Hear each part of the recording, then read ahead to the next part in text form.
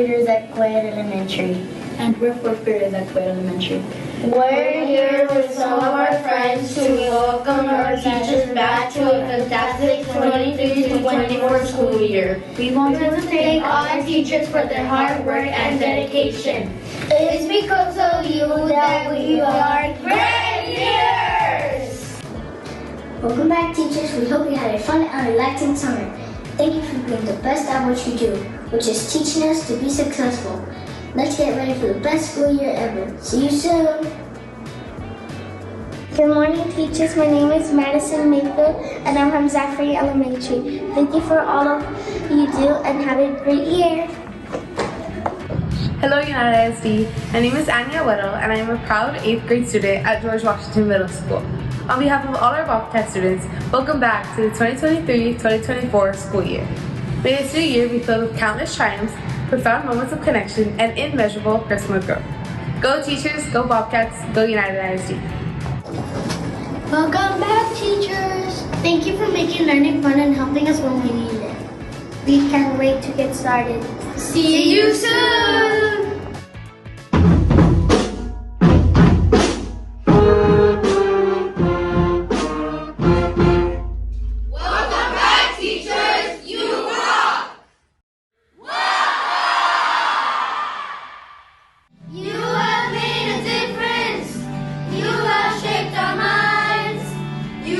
Change the world, one child at a time. You have always been there in everything you do. I hope that you're as proud of me as I am proud of you. Welcome back from JLE, rocking education since 1989. Go Jazz, go!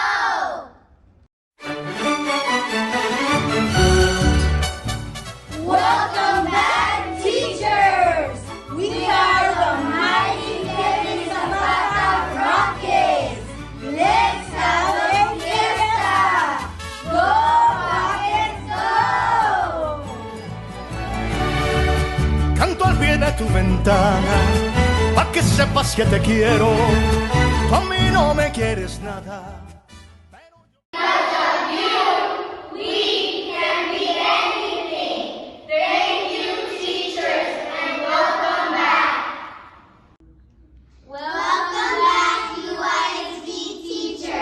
Summer's over and we can't wait to come back. We hope that you are just as excited as we are to see you. As we are about to begin a new year, we would like to thank you for everything that you do for us. Your love and support is greatly appreciated. We love you. Hi, welcome back, teachers. I hope you had a great summer. I'm ready for the new school year. Thank you for all that you do. Welcome back, teachers, and thank you for all your hard work. Let's make this a great year. Bienvenidos y gracias por el trabajo que hacen. ¡Sí se puede! Hello, beautiful school teachers. Thank you for everything you do for us. I hope we all have a wonderful school year. Thank you. Bye-bye. Where's everybody? Where are the teachers? I don't know. I'll take over. Let's play. Is this fun when we meet our teacher? On behalf of our amazing graders, welcome to the 2023 to 2024 school year. We wish our teachers, staff, and students a successful academic school year. Thank you for all your hard work And dedication. Once again, Welcome back, Gators. to all our UISD teachers from the MDL Dolphin family and from the bottom of our hearts, thank you for making a difference in our lives through your hard work and dedication. Hello to all UISD teachers. Welcome back to yet another school year. We miss you. We know it will be a great year. Thank you for helping us learn. Welcome back, teachers! Thank you for everything that you do! You are teachers rock! Summer is over, and here at Los Angeles Middle School. We would like to welcome back Teachers, faculty, and staff. We can't wait to see you all this school year. Thank you! Welcome back, leaders. Welcome back, inspirers. Welcome back, artists. Go. We are Rabbits! Welcome back! Let's level up. Go, Panda, go!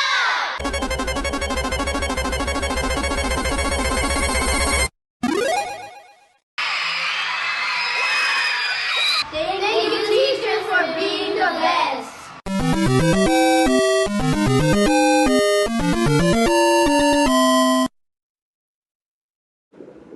Hi, my name is Ali Garza. I am a third grader at Alicia Reyes Elementary School. I want to wish all teachers an awesome school year. Go Coyotes! Go UISD and welcome back to this 2023-2024 school year. We would like to take this time to wish everyone an amazing school year from your San Isidro Raptors.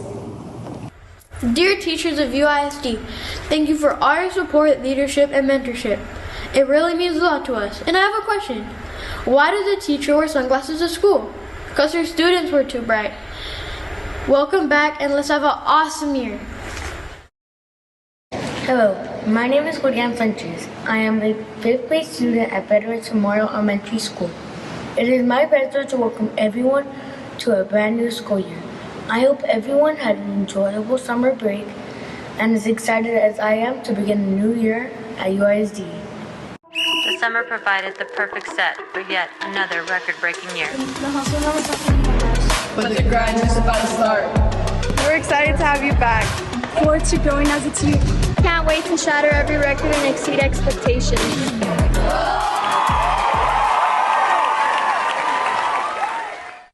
Hi, I'm Giovanna Gonzalez. I'm a student at Elias Middle School, and on behalf of my fellow UISD students, I want to welcome back all teachers and staff for another great year with UISD. Thank you all so much for everything you are doing in our schools to be successful. Welcome back, Husky Nation. I hope you enjoyed this summer and are well rested. We're excited to come back and learn from you. Our goal is to level up into success as one Husky Nation. Together, we will go above and beyond. Here at Husky Nation, we are one. Welcome back. Have an amazing year. We can't wait for breaking news. This just in. It is now confirmed our UISD teachers are the most caring and amazing teachers in the world. Thank you for our teachers and staff for helping us succeed. Hello, my name is Andrea Cordova, Senior Class President, and I would like to take this moment to welcome back all UISD staff, especially our amazing teachers. Education is the most powerful force for changing our world, and as students, we realize all teachers put a lot of time and effort into their lessons, encourage their students to do their best, and believe that all their students can succeed. Thank you, teachers, for being our educational superheroes. Once again, welcome back, and we look forward to having a great school year. Go Wolves! Hello, my name is Alice Ayala, upcoming freshman for the class of 2027. This is an exciting time for me and all UISD students transitioning from middle school to high school. I would like to thank all UISD teachers for being our educational superheroes and the guiding light on our new journey. Welcome back, teachers. Go Wolves! Hello, my name is Diane Martinez. I'm in 4th grade at Baskin Elementary. Thank you, teachers, for preparing your classrooms and letting know that we have a great school year. Thank you. Welcome back, teachers!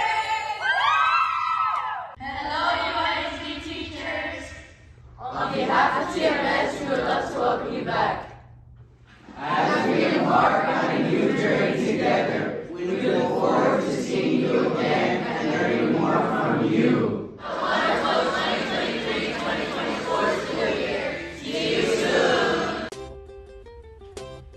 Welcome back, everyone! Thank you for all that you do for us. We value our teachers, office, and staff.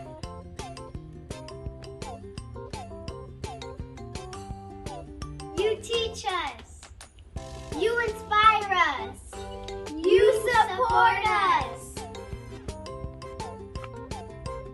Sending best wishes to the best teachers for a wonderful school year from Art Elementary! Thank you, Ms. Palacios, for helping me pass the star. Thank you, Ms. Alexia, for teaching me. On behalf of the United Longhorn family, we want to say welcome back to all UISD teachers. Thank you for always giving us your very best. It is because of your commitment to our education that we are able to achieve our dreams and goals. So once again, we thank you and welcome back, teachers.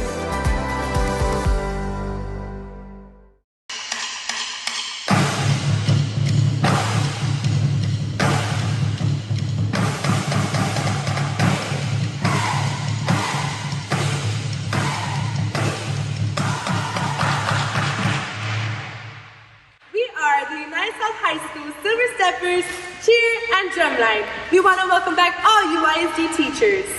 The start of the year is always a special time for our district. We look forward to meeting our teachers, forming new friendships and opportunities for scholarship. Teachers are the single most important factor in student learning. So we are eager to welcome back all teachers and thank you for your commitment and dedication to student success.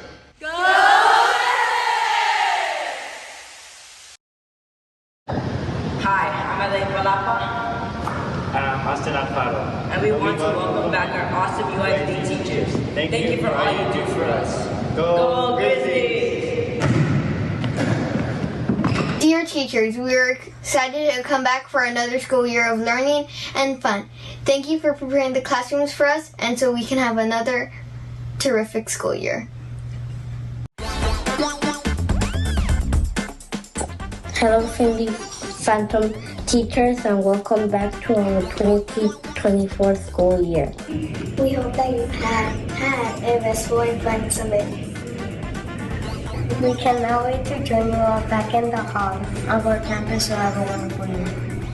Cindy is the place to be. Welcome back, UISD. We wish you a year full of stellar playlists and mega hits.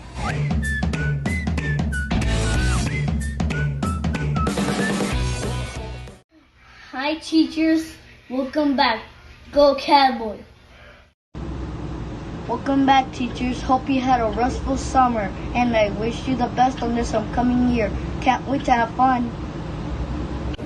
Welcome back to all United ISD teachers, faculty, staff, and students. We are excited as we start another academic year. Best of luck to all students and staff.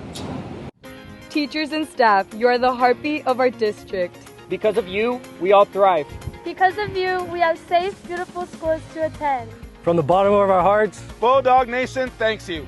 Welcome back!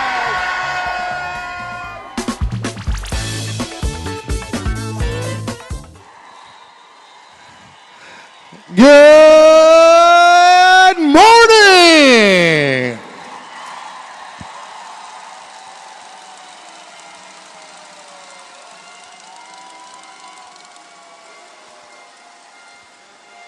This is the biggest San Agustin pep rally I've ever seen in my life. That blue looks amazing on all of you. Go Knights! Oh, it's not San Agustin.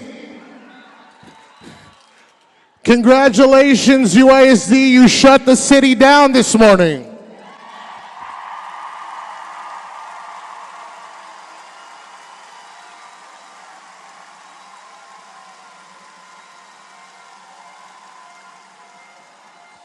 Nobody, and I mean nobody, in Laredo got to work on time today, and it's all because of you.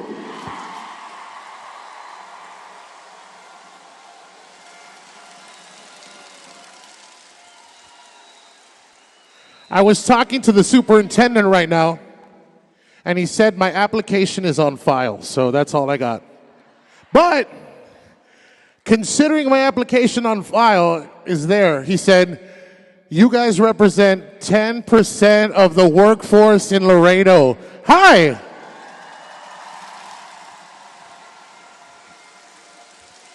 Make some noise if you got a job with benefits.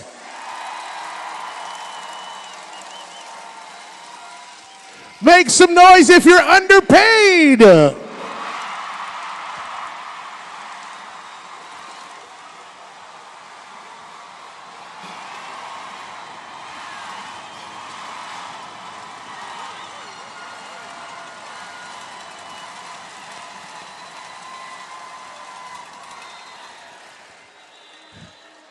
Teachers, I love you. Are you guys ready to have a good morning? All right. We have some very special guests this morning, so I'd like your undivided attention, and I'd like you guys to show them some respect. We're going to begin our convocation ceremony this morning with the presentation of colors to be conducted by the United States Border Patrol Laredo Sector Honor Guard.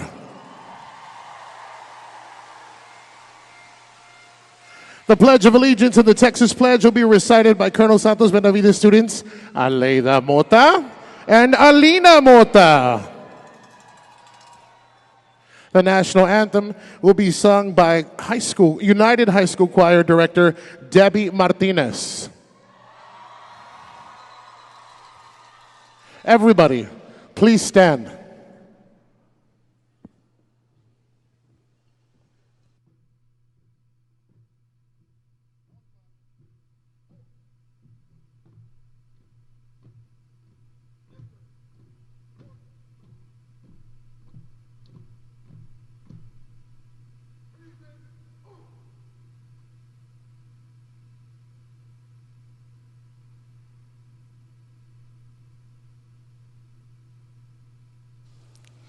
I pledge allegiance to the flag of the United States of America, of the republic for which it stands, one nation, under God, indivisible, with liberty and justice for all. Honor the Texas flag. I pledge allegiance to the Texas flag, one nation, under God, and indivisible.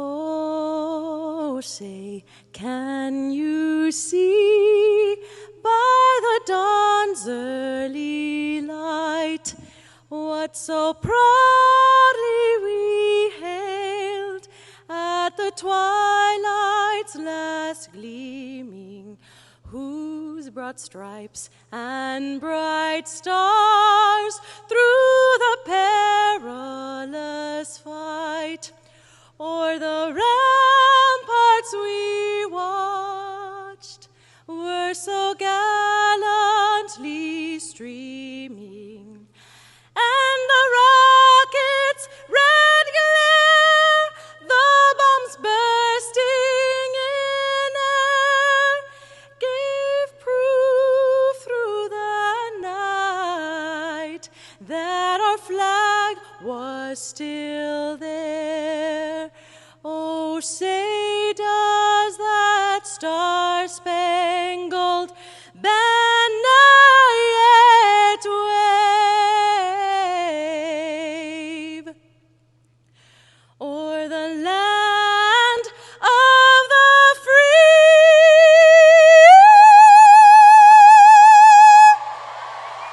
and the home of the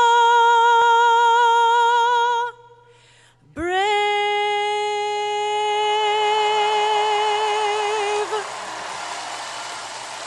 Amazing.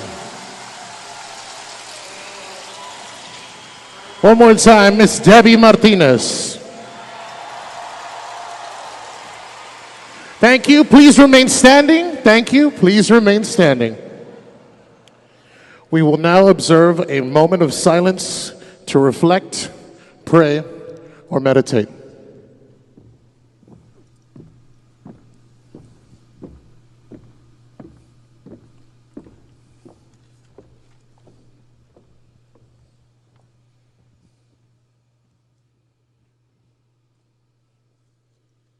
Thank you. Please be seated.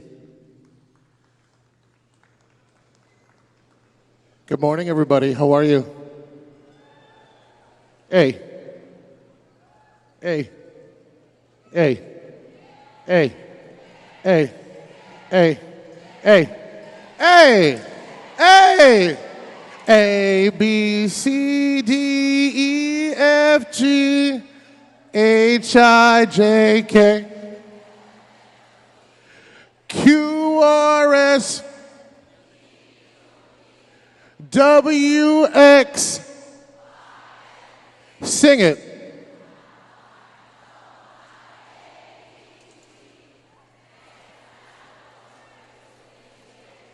I want you to know something. Hold on. The reason you know that song is because somebody just like you taught it to you.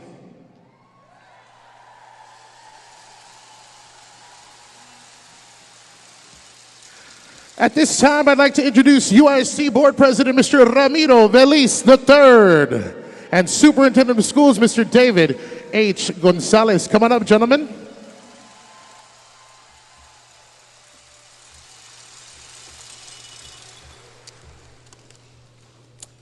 Morning, everyone. How's everybody doing this morning? It's great to be here today, share a few words with you guys, welcome everybody back. I know for some, a lot of you guys have been with our district, with our family for a long time. We do have a lot of new employees, so I want to extend a new welcome back to them. You guys are embarking on a new journey, I think choosing the great district here in Laredo. My wife Aida would probably argue that one with me. She's a teacher at our neighboring district, but I think we have a strong case and winning case.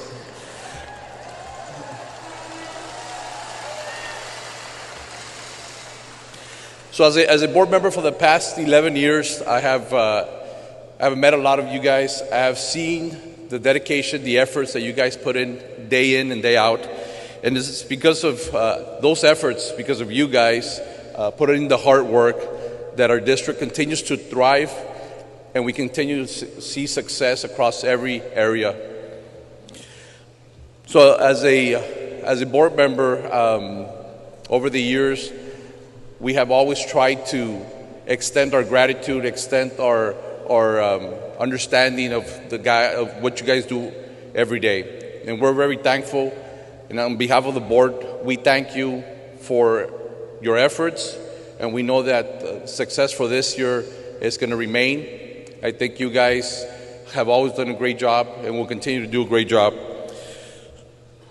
So with that said, I think this year will be no different. I wish you a great 23-24 school year, and again, welcome everybody, and thank you.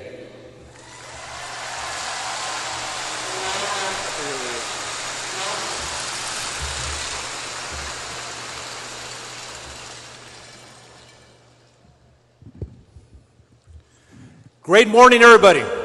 Great morning to everybody. In the words of a renowned speaker, consultant, and good friend of ours, Dr. John Baker, I'd like to say, let's make today a masterpiece. Good morning, everybody. My name is David Gonzalez. I am your superintendent of schools for United Independent School District, and I am a teacher.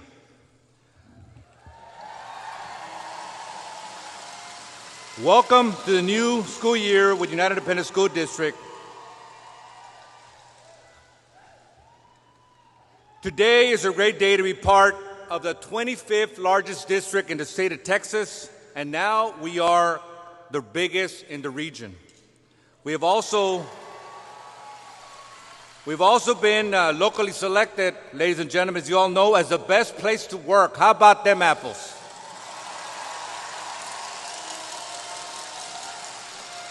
We are blessed and honored to be part of United Independent School District, where we have board members committed to our cause and supporting our students, you, our staff.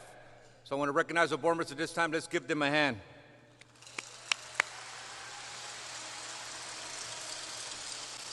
So this morning in my talk to you, I'll be short and to the point, but I want to make some very important notes here. In recent weeks, Our generous board of trustees passed compensation package that included pay raises, commitment for all full-time employees and staff, along with substitute teachers. Our compensation package, ladies and gentlemen, included UISD covering the increased cost of healthcare insurance, which translates $600 for a re-employee. We can also report on the academic side. We graduate, ladies and gentlemen, over 3,000 students yearly, representing graduation rates of 96% and above, which consistently are above the region, the state, and I want you to listen to this, and above the national levels.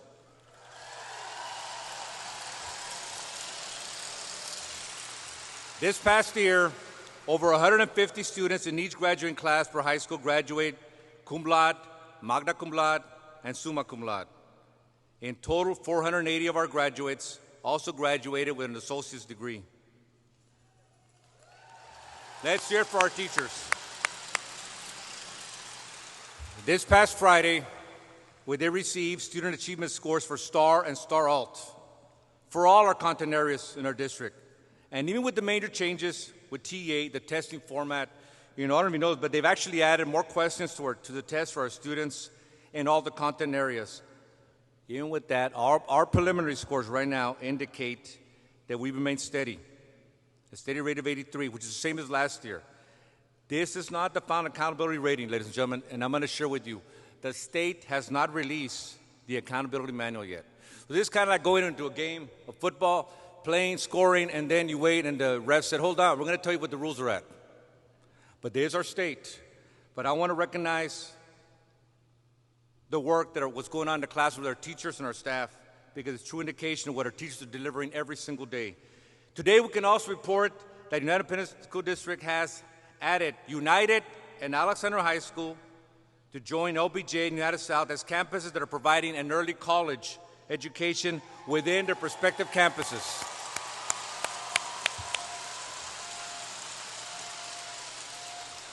Our district is comprised of over 41,000 students, of which, and I want you to listen, 76.77 are economically disadvantaged. These are 3/3 of our students. 40.88 emerged bilingual with limited English skills. 64.01 at risk. 64% of our students are at risk. So demographics would indicate, hey, these are big challenges, right? Well, that's what the naysayers would say. But here at United Independent School District, we embrace what's been entrusted to us, and we turn those challenges into opportunities. This is what we are about.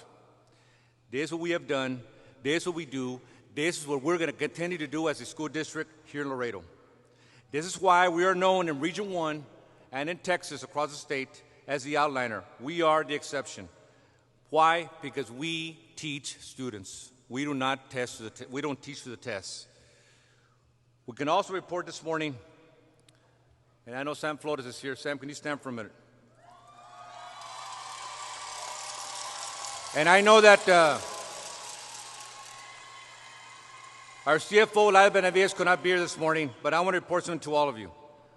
United Independent School District's financial management team has earned United an A superior achievement score.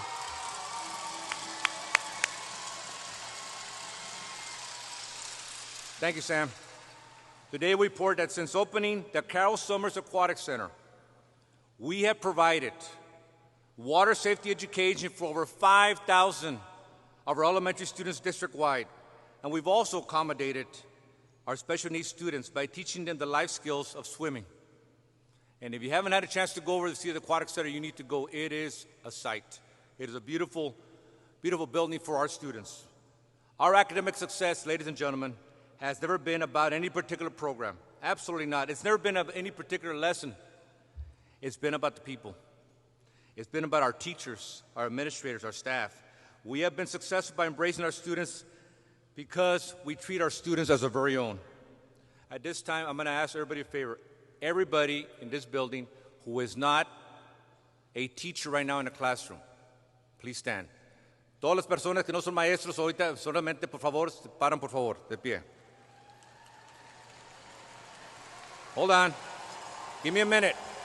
Give me a minute. Hold on. And let me make this statement. Hold on. So all you teachers that are sitting down, I want you to listen to me right now. I want you to look at me. Look around. Every individual who is standing before you has been assigned to work towards supporting you teachers who work directly with our students. Every member from every department works within their job duties. But in reality, we work for one cause: to educate our United Independent School District students in a safe and nurturing environment. Teachers, we are your support system, me included. And each of us is honored to be part of our students' educational success. Teachers, thank you. You may be seated, ladies and gentlemen.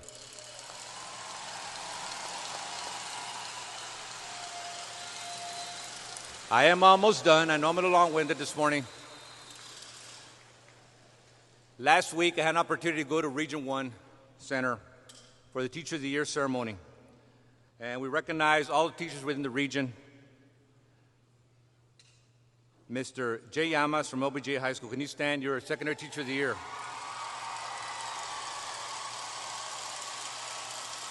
He was one who was honored, along with Ms. Gabriela Vasquez de Luna from Fasken, who has retired.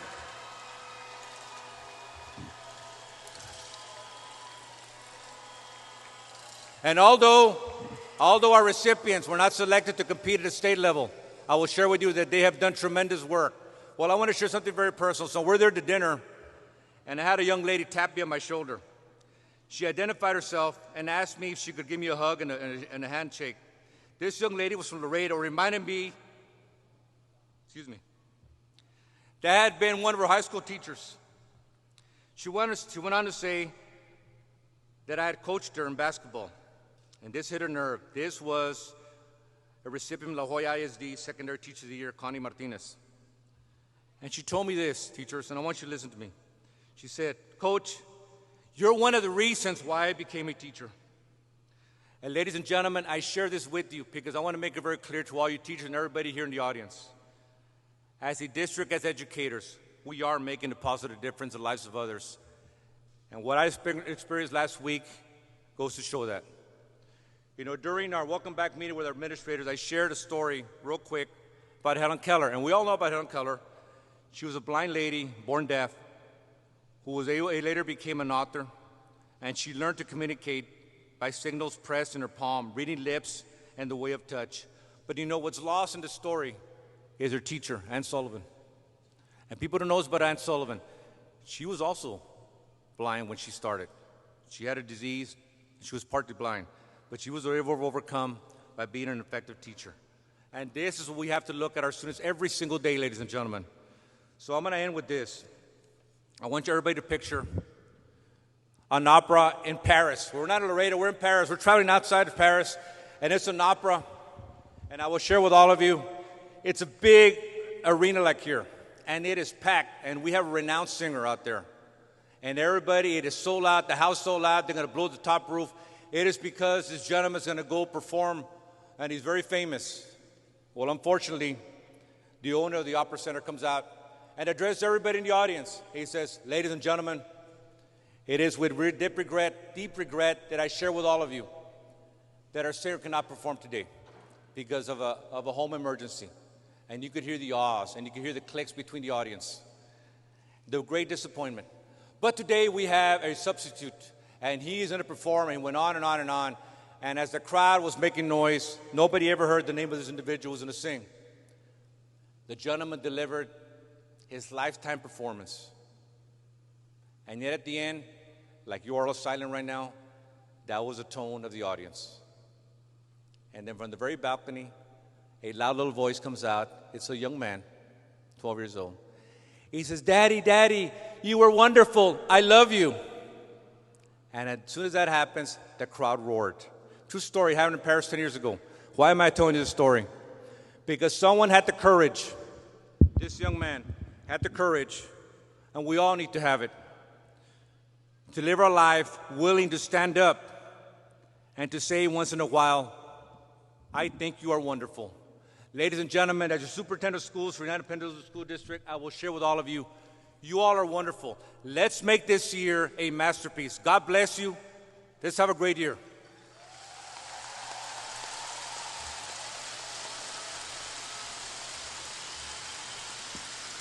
Amazing. One more time, Mr. Veliz and Mr. Gonzalez.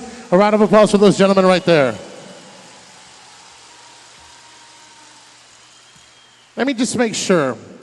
Normally, at the pep rallies, I'm like, where's the sophomores, right? Where's the juniors or the seniors? So, right now I'm going to ask, where's LBJ?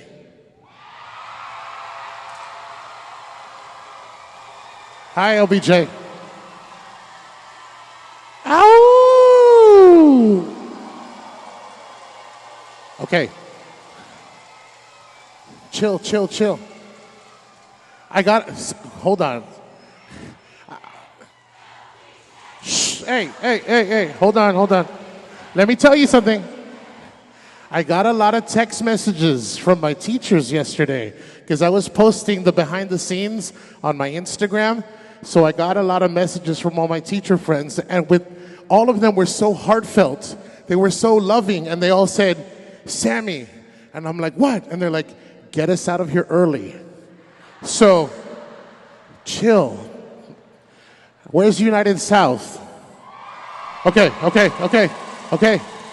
Got it. Where is United? All right. Awesome. Alexander? Okay. We got to get out of here early. Shh. Okay.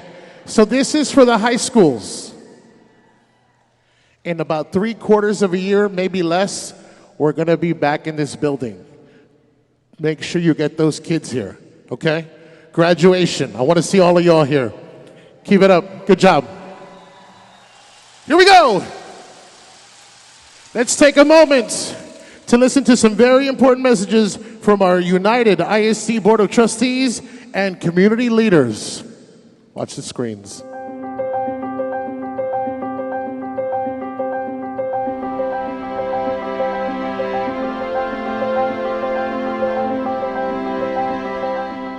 Hello, this is Congressman Henry Cuellar. To the United Independent School District teachers and staff, welcome back. I want to wish you the best of luck for this school year, and I want to thank you for educating our children. I know you and your students will have another successful year of academic achievement. Great job, keep it up, and it is my honor and privilege to serve you in Congress. Take care, and God bless you. Hello, I'm Judith Saffirini, your state senator for District 21, which includes our beloved hometown, Laredo. It's my pleasure to welcome you, the dedicated men and women of United ISD, as you return for another school year.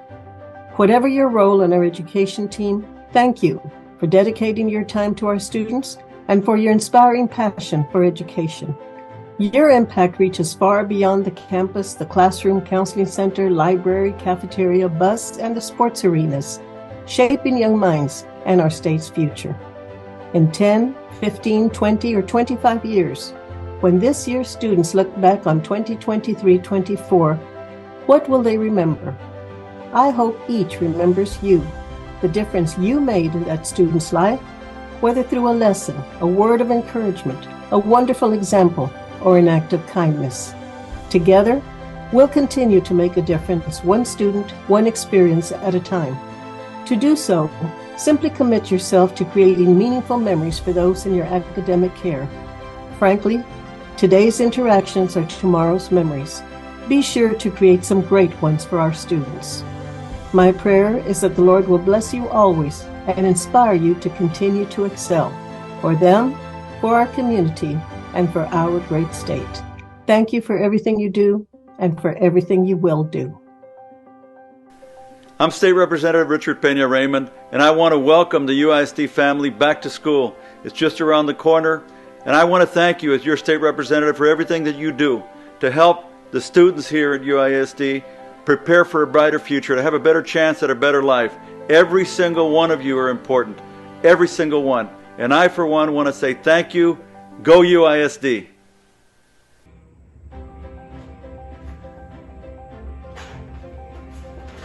Yeah, that's exactly how you all walked in today, right? 1 foot in, 1 foot out. Oh, summer break is over. Hey, That's all right. Congratulations, UISD. I know you guys are eager to get back to your school year. 2023-2024 is coming. You know, you all do an exceptional job. Every single kid that you all touch, one heart of a kid at a time, and what you all are doing is just unbelievable. Continue being the educators that you all are, the administration that you all are. Keep rocking it. We're really proud of you. Go UISD 2023-2024. Congratulations. Let's get back at it. Hello, Dr. Victor Trevino here, Mayor for the City of Laredo. I want to take this time to wish everyone a successful and fruitful school year. I want to personally thank all the school personnel, the teachers, the staff, the bus drivers, and especially the parents for taking care of our community and doing everything possible to have a safe and productive environment. And to our youth, take advantage of this opportunity to expand your knowledge and dream big. So I thank you and hope you have a fantastic school year. Welcome back, UISD family. On behalf of the Laredo College Board of Trustees, administration, faculty, and staff, I am honored to send you our sincerest best wishes for a new year. May this year bring you beautiful memories, a sense of accomplishment, opportunities, gratitude, and sincere intentions which positively impact the lives of those around you. Our students and our entire community depend on your energy, commitment, and inspiration to continue this great learning journey together. Bendiciones y felicidades a todos. Good morning. My name is Elisa Flores Oliveros, and I am your board member for District 3. Welcome to the 2023-2024 school year. It is my hope that all of you leave every staff development opportunity feeling both enriched and motivated for yet another school year. Each of you possess different skill sets, background, and experiences that make you unique. It is because of you that we are a stellar United ISD. Once again, welcome back and Happy New Year. I'm Michelle Molina, Board Secretary for District 6. Welcome to the 2023-24 school year. This is an exciting time for everyone in the district, including our students. Soon, our classrooms will be filled with activity as our students return for another year of academic excellence.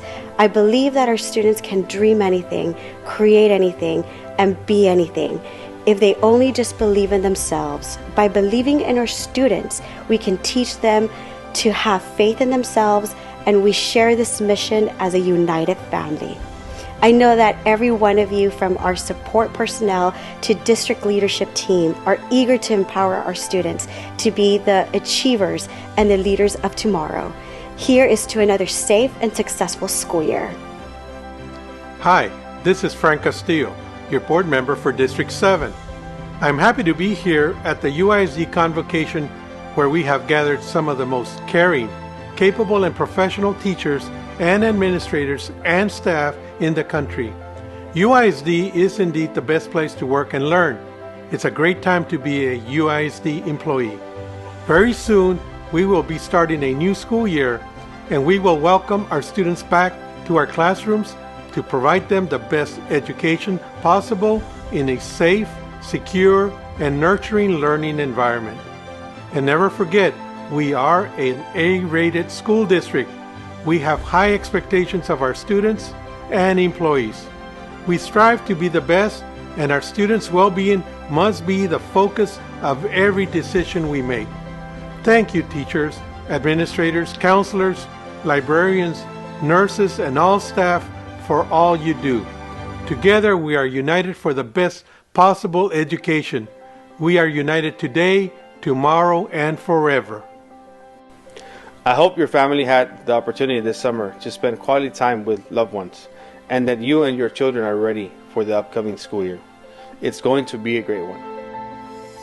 Good morning. I'm Javier Montemayor, your board member for District 5. It's my pleasure to be here with you this morning on this convocation for the 2023-2024 school year. I think teaching is a calling. So I want to thank you for inspiring the minds of our children. Whether you are a veteran teacher or a new teacher, it's going to be a wonderful year. Welcome back. All right, everybody. Do me a favor. Let's give a round of applause for our board members here up on stage. Your UIC board members, everyone.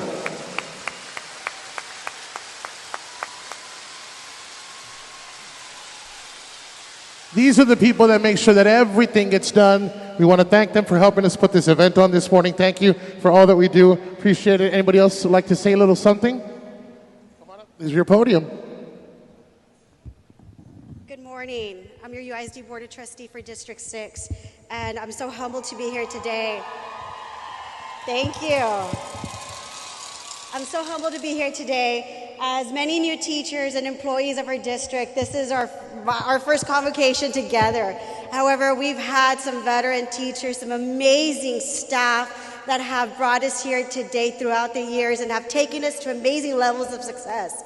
Now, we talk about success, but something greater than success is the impact that everyone in this room has on our children, our students, and everyone here has been in those classrooms, from transportation, taking our children to and from school every day, yes.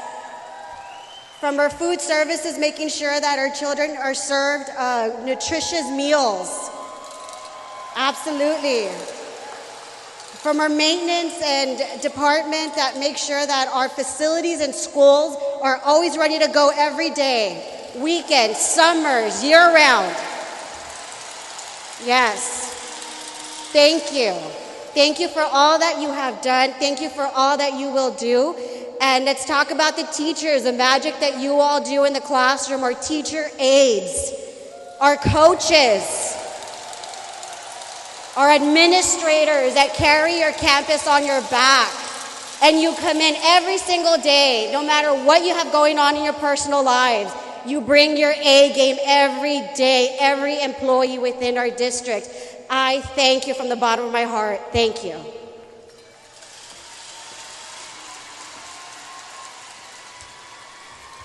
So thank you very much for allowing us to join you today. It's a special day for all of us, particularly our new employees. One thing that I want to mention, I want you to take out from today's, is that we appreciate everything you do. We thank you for your service in teaching and being educators. I don't want to leave any group out. I think we're all together, and I look forward to this year because it's going to be an exciting year, and I'm wishing you the best. And from this board member, I thank you for everything you do.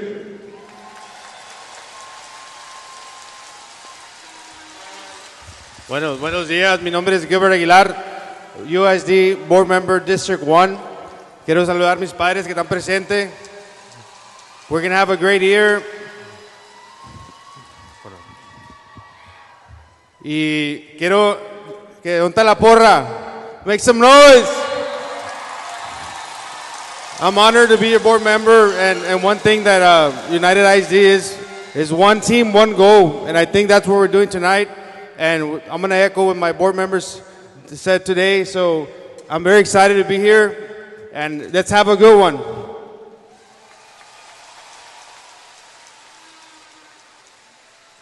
One more time, a round of applause for your board members.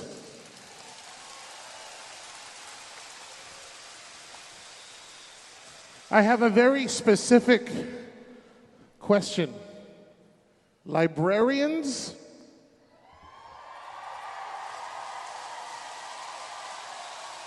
Hold on. You're not all librarians, just the librarians.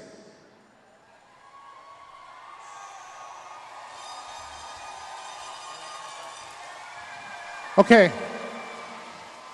Could you keep it down? Shh. Like if you don't know. Come on. I do have a public service announcement. The club level has been closed in case anybody was thinking of going to the club level. Not right now. Later. You guys ready to have some fun? You guys ready to dance? Since 1961. Is it 61? 61. Did anybody, okay. Was anybody in school in 1961? Anybody? You? 1961? Yes? No? Okay. I was like, nah, sir. You and I, we share that youth. We share that youth. 1961. Anybody? Was anybody in school at United 1961? Hey, who whistled at me? By the way, I wore my first day of school uniform today. I hope you guys noticed. These are the colors, right? These are the colors? Okay. Are you guys excited? Let's get ready. We're going to take a trip down memory lane through the ages. We have an amazing group of talented musicians. We're going to go back in time. Let's give it up for Little Sister. Your lead vocalist, Monique Godinez, is the R.J. Santos Elementary music teacher. Your lead guitar and vocals, Mr. Ramon Godinez, is the Malakoff Elementary music teacher. On drums, Christian Rubio, the LBJ High School history teacher. And on bass guitar, he's the principal of something. Make some noise for Al Rubio. Ladies and gentlemen, Little Sister. Well, this car is automatic, it's systematic, it's hydromatic, why, it's grease lightning. I got chills and multiplying when I'm losing control, and the power you're supplying, it's electrifying, it's electrifying, it's electrifying. Better shake up, 'cause I need a man, and my heart is set on you. Better shake up, you better understand. To my heart I must be true. Nothing left for me to do. You're the one that I want. You are the one I want. Ooh, ooh, ooh. Honey, you're the one that I want. You are the one I want. Ooh, ooh, ooh. Honey, you're the one that I want. You are the one I want. Ooh, ooh, ooh. The one I need. Oh yes indeed. Why, it's grease lightning. We'll get some here, pushing 4-barrel cars, oh yeah. Keep talking, oh keep talking. Just and cut off and chrome-plated rods, oh yeah. I get the money, I'll kill to get the money. With a 4 feet on the floor, they'll be waiting at the door. You know that I ain't bragging, she's a real honey wagon. Grease lightning. Oh, grease lightning, you're burning up the quarter mile. Grease lightning, go, grease lightning. Go, grease lightning, you're bursting through the heat of trial. You are supreme, the chicks will scream for grease lightning. We'll get some purple French tail lights and Venice spins, oh yeah. A Palomino dashboard and doom of the twins, oh yeah. With your piston shocks and drops, you get your head off my rocks. You know that I ain't bragging, she's a real honey wagon, grease lightning.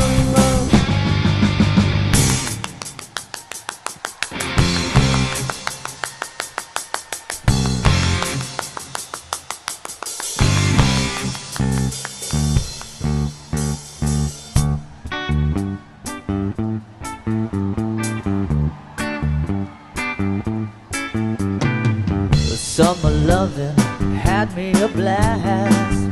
Summer loving happened so fast. I met a girl crazy for me. Met a boy cute as can be. Summer days drifting away to another summer night. Well, tell me more, did you get very far? Tell me more, like does he have a car? She swam by me, she got a cramp. He ran by me, got my sedan. I saved her life, she nearly drowned. We showed up, splashing around. begun. Ooh, oh, the summer night. Well, Tell me more, was it love at first sight? tell me more, did she put up a fight? It turned colder, that's where it ends. So I told her we'd still be friends. Then we made our true love vow. Wonder what she's doing now.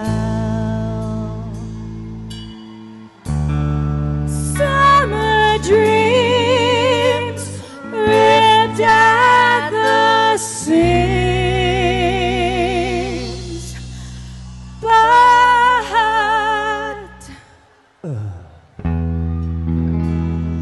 those summer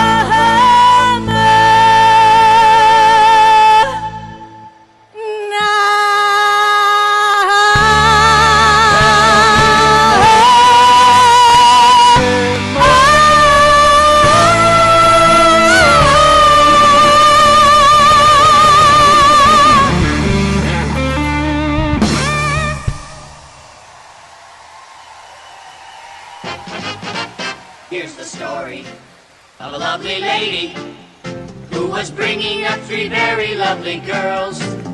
All of them had hair of gold, like their mother, the youngest one in curls. It's the story of a man named Brady who was busy with three boys of his own. They were four men living all together, yet they were all alone. Till the one day when the lady met this fellow, and they knew that it was much more than a hunt, that this group must somehow form a family. That's the way we all became the Brady Bunch, the Brady Bunch, the Brady Bunch. That's the way we became the Brady Bunch.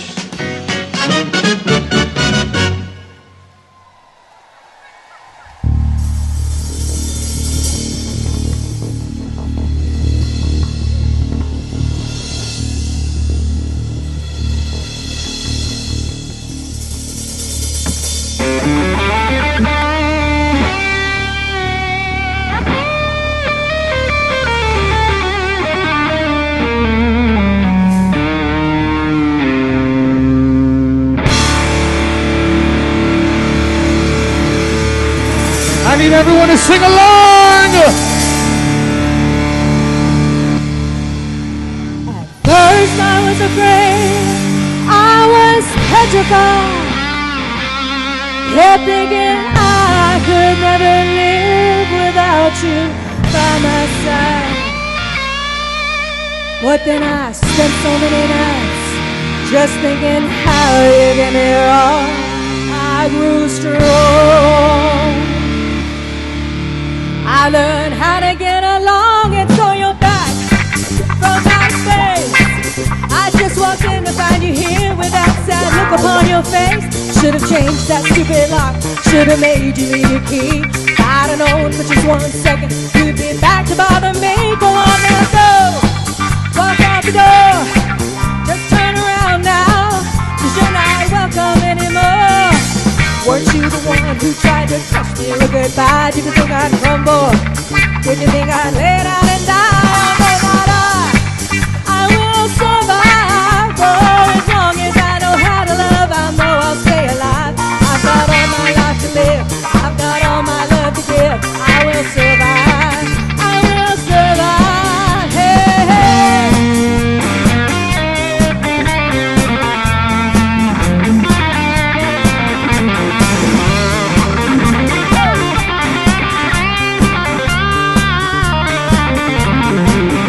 It took all the strength I had just not to fall apart.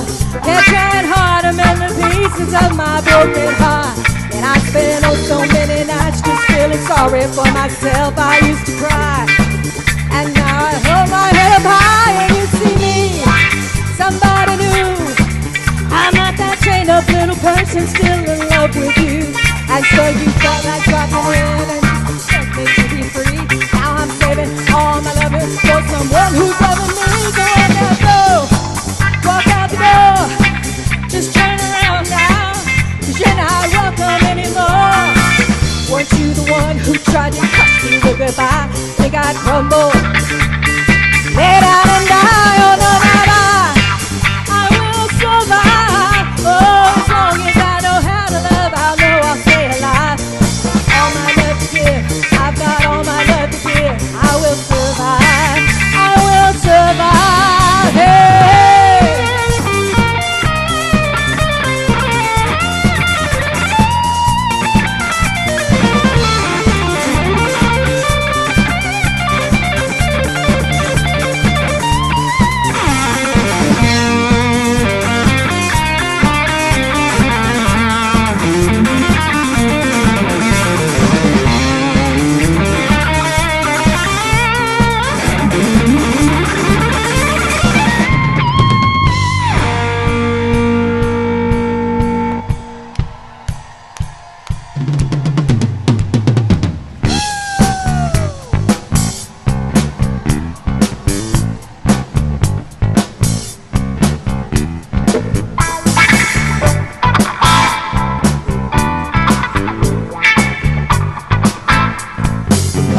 She's a brick house.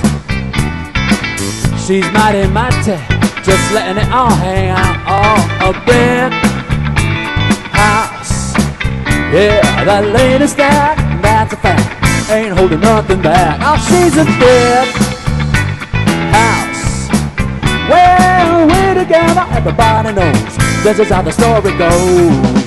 She knows she's got everything that a woman needs to get a man. Well, how can she lose the thing she used? 36, 24, 36, what a winning hand. She's a brick house. She's mighty, mighty, just letting it all hang out. A brick house. Well, that lady's that's a fact. Ain't holding nothing back. Oh, she's a brick house. Yeah, she's the one, the only one, built like an Amazon. The clothes she wears, her sexy ways, make an old man wish for younger days. Well, she knows she's built and knows how to please. Showing up to knock the strong man through the streets. 'Cause she's a brick house. She's mighty, mighty, just letting it all hang out. A brick house. Well, that lady's that's a fact. Ain't holding nothing back. Shake it down, shake it down, shake it down now. Shake it down, shake it down, shake it down now. Shake it down, shake it down, shake it down now. Shake it down, shake it down, shake it, shake it, Shake it down, shake it down, shake it down now. Shake it down, shake it down, shake it down now. Shake it down, shake it down, shake it down now. Yeah.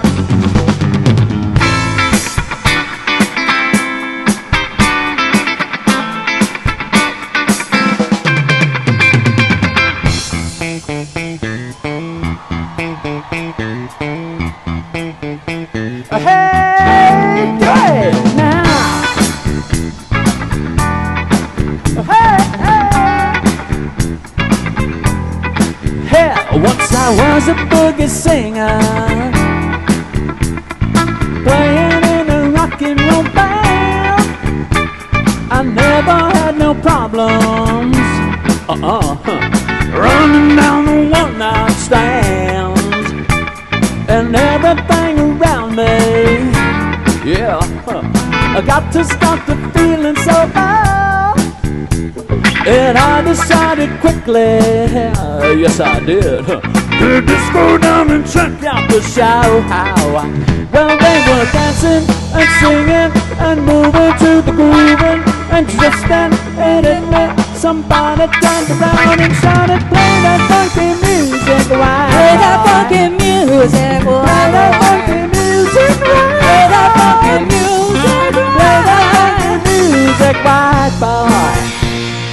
Lay down the boogie and play that funky music till you die.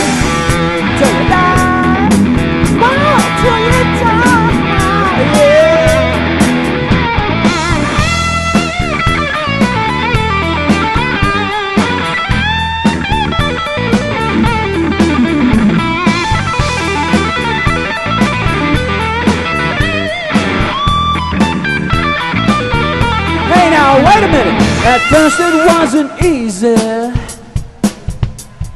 a changing rock and rollin' minds. It started getting shaky, everybody shake it.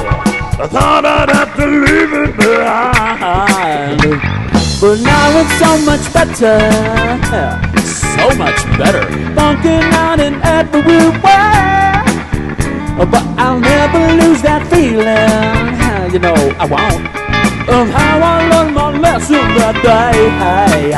Well, they were dancing and singing and moving to the grooving, and just then it hit me, somebody turned around and shouted, play that funky music right, play that funky music right, play that funky music right, play that funky music right, play that funky music right, boy. Lay down the boogie and play that funky music till you die, till you die. Oh yeah.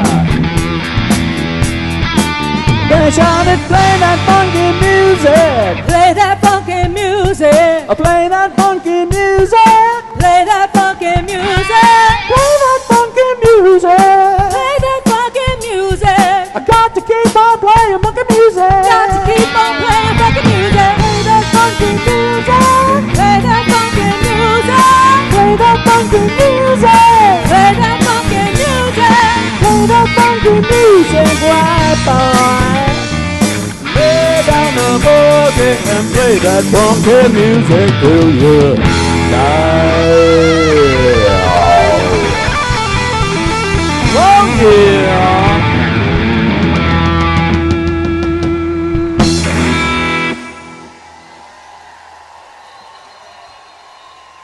Sunday, Monday, happy days. Tuesday, Wednesday, happy days. Thursday, Friday, happy days. The weekend comes, my cycle hums, ready to race to you.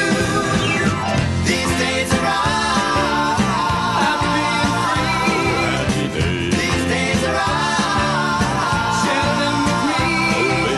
Goodbye, gray sky, hello, blue. There's nothing can hold me when I hold you. Feels so right, it can't be wrong. Rockin' and rollin' all week long.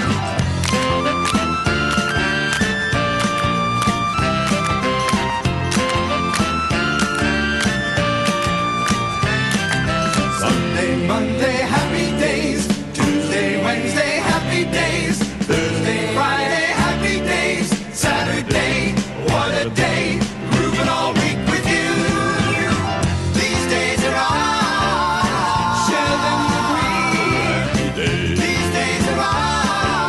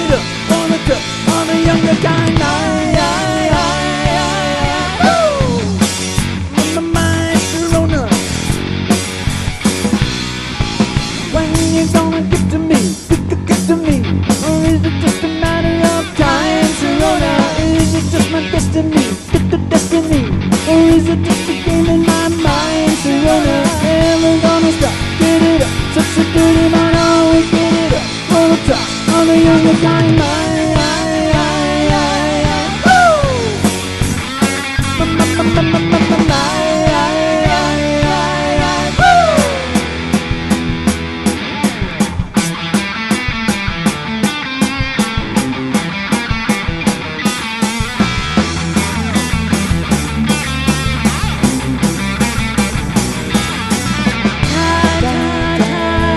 See what's become of me. When I look around, all my possibilities, I work so hard to please. Brown, please brown, and the sky is a hazy shade of winter. Hear the salvation on me back. Down by the riverside, there's bound to be a better life than what you got planned. Carry your cup in your hand. Go round, look around, and the sky is a hazy shade of winter. Hang on to your hopes, my friend. That's an easy thing to say. Every hope should pass away, and simply pretend that you can build them again. Look around, sky high, feels right.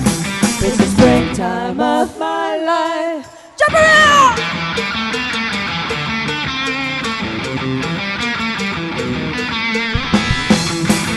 Everybody make some noise! Look around, look around, and the sky is a hazy shade of winter. Look around, trees are brown, there's a patch of snow on the ground. Look around, trees are brown, there's a patch of snow on the ground. Look around, trees are brown, there's a patch of snow on the ground.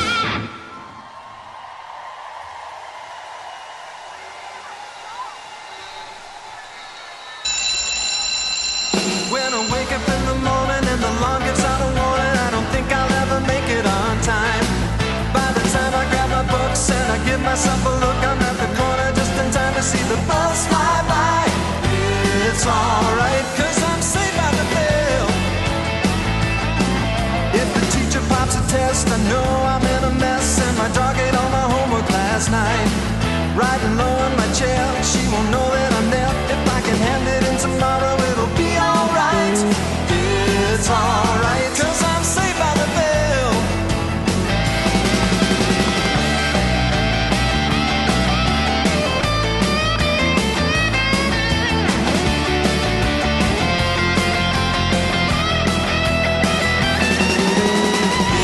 It's alright, cause I'm safe by the. It's alright, cause I'm safe by the. It's alright, cause I'm safe by the bell.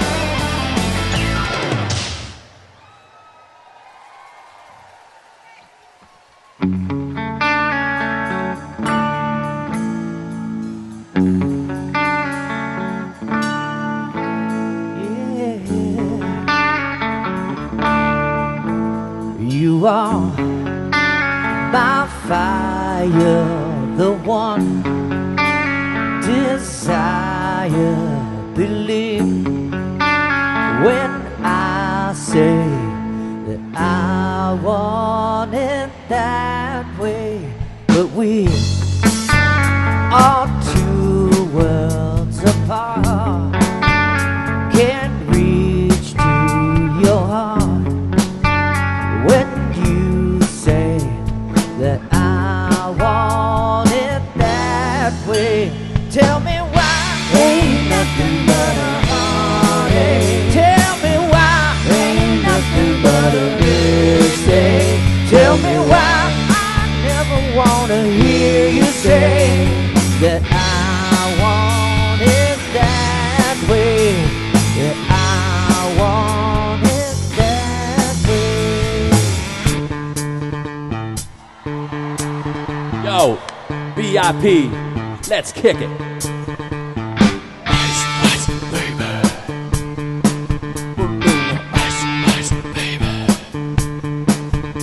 All right, stop. collaborate and listen. Ice is back with a brand new invention. Something grabs a hold of me tightly, flow like a harpoon daily and nightly. Will it ever stop? Yo, I don't know. Turn off the lights, and I'll glow. To the extreme, I rock a mic like a vandal. Light up a stage and wax a chump like a candle. Dance, brush a speaker that booms. I'm killing your brain like a poisonous mushroom. Deadly, when I play a dope melody. Anything less than the best is a felony. Love it or leave it, you better gangway. You better hit the bullseye, the kid don't play. And if there was a problem, yo, I'll solve it. Check out the hook while the DJ revolves it. Ice, baby. Put it all up. Ice, baby. Put it all up. Ice, baby. Put it all up. Ice, baby. Yo, tell you what I want, what I really, really want. So tell me what you want, what you really, really want. I tell you what I want, what I really, really want. So tell me what you want, what you really, really want. I wanna really, really, really want a zigzag. If you want my future, forget my past. If you wanna get with me, better make it fast. Now don't go wasting your precious time. Get your act together, we will be just fine. I tell you what I want, what I really, really want. So tell me what you want, what you really, really want. I wanna really, really, really want a zigzag. If you wanna be my lover, gotta get with my friends. Make it last forever, friendship never ends. If you wanna be my lover, you have got to give. Taking is too easy, but that's the way it is.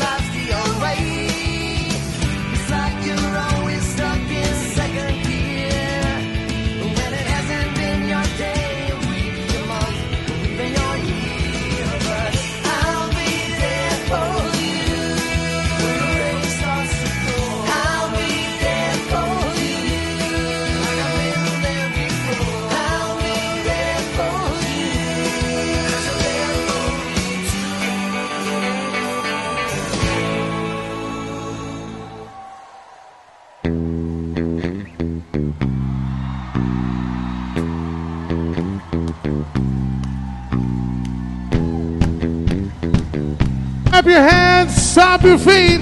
Clap your hands and stomp your feet.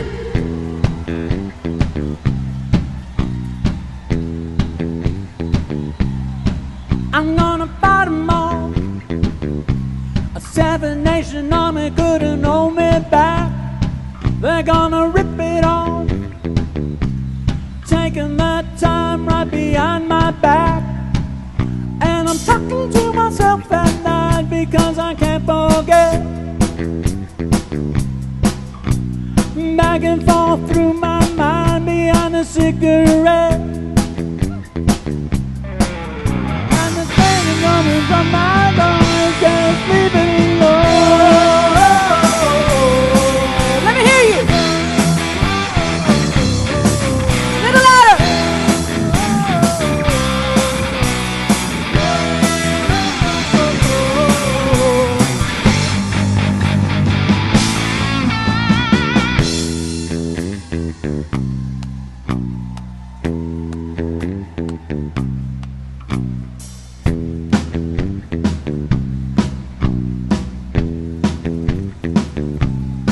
Don't wanna hear about it.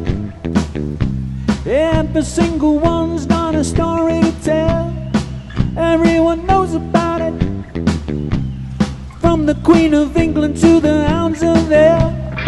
And if I catch it coming back my way, I'm gonna serve it to you. And that ain't what you wanna hear, but that's what I'll do. And the feeling coming from my bones says, Father, oh. Let me hear this side. Over this side. Now the back. And the floor. Everybody.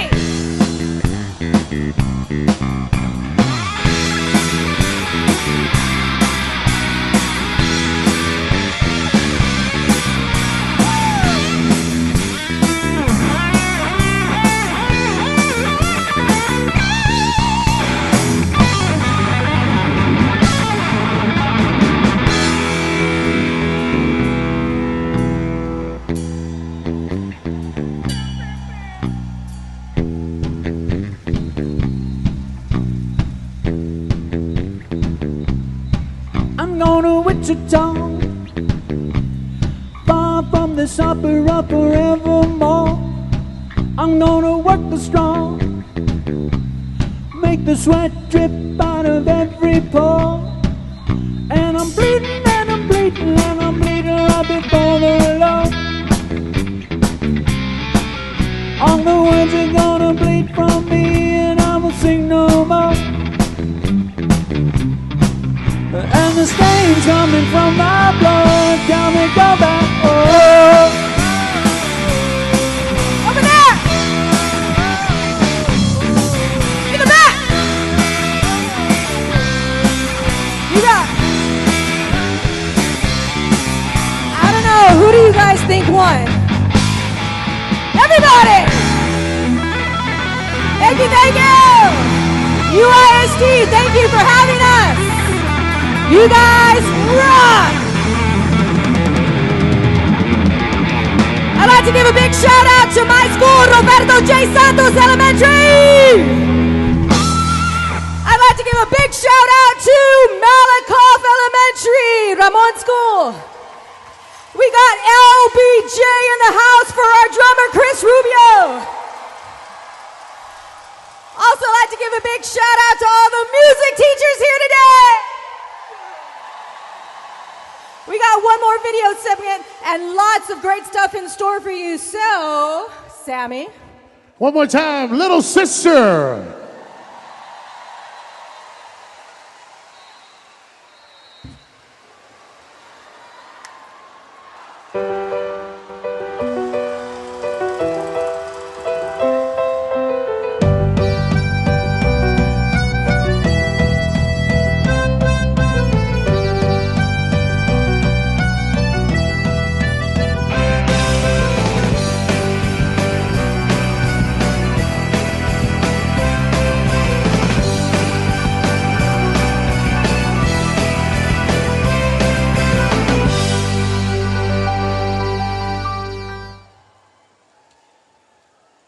whole universe was in a hot, dense state that nearly 14 billion years ago expansion started. Wait, the earth began to cool, the autotrophs began to drool, Neanderthals developed tools, we built a wall. We built the pyramids, math, science, history, unraveling the mystery that all started with a big bang.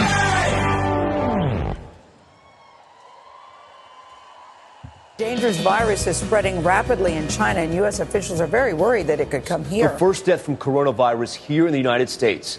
A man in his 50s dying from COVID-19 infection in Washington state. News stay at home. That is the order tonight from 4 state governors. And tonight, another surge in cases across Texas. Nearly 1,000 new cases and 14 additional deaths from yesterday. The State Health Department is reporting more than 10,000 new cases of COVID-19 in a single day in Texas. The number of new cases isn't the only thing rising. So are the number of hospitalizations. Close to 900 Texans have now died from coronavirus, and businesses are reopening as the number of cases continues to rise. There's no way to ever pay you back. Bless your heart, no, I love you for that. Honest and selfless. I don't know if this helps it, but good job. You're doing a good job, a good job. You're doing a good job, don't get too down. The world needs you now. Know that you matter, matter, matter, yeah. You're doing a good job, a good job. You're doing a good job, don't get too down. The world needs you now. Know that you matter, matter, matter, yeah.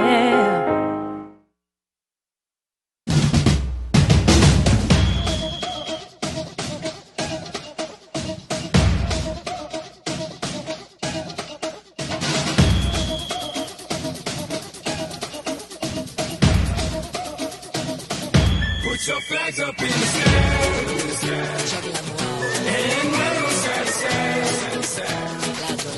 Show the world where you're from. Show the world we are one.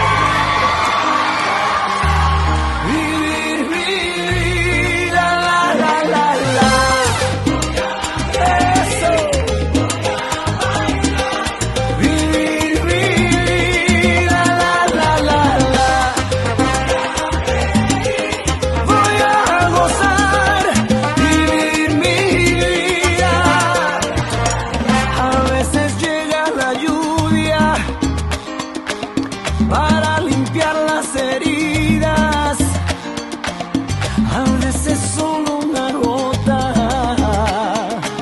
puede vencer la sequía. ¿Y para qué llorar? ¿Para qué? Si duele una pena, se olvida. ¿Y para qué? Sufrir, ¿para qué? Si hacías la vida, hay que vivir.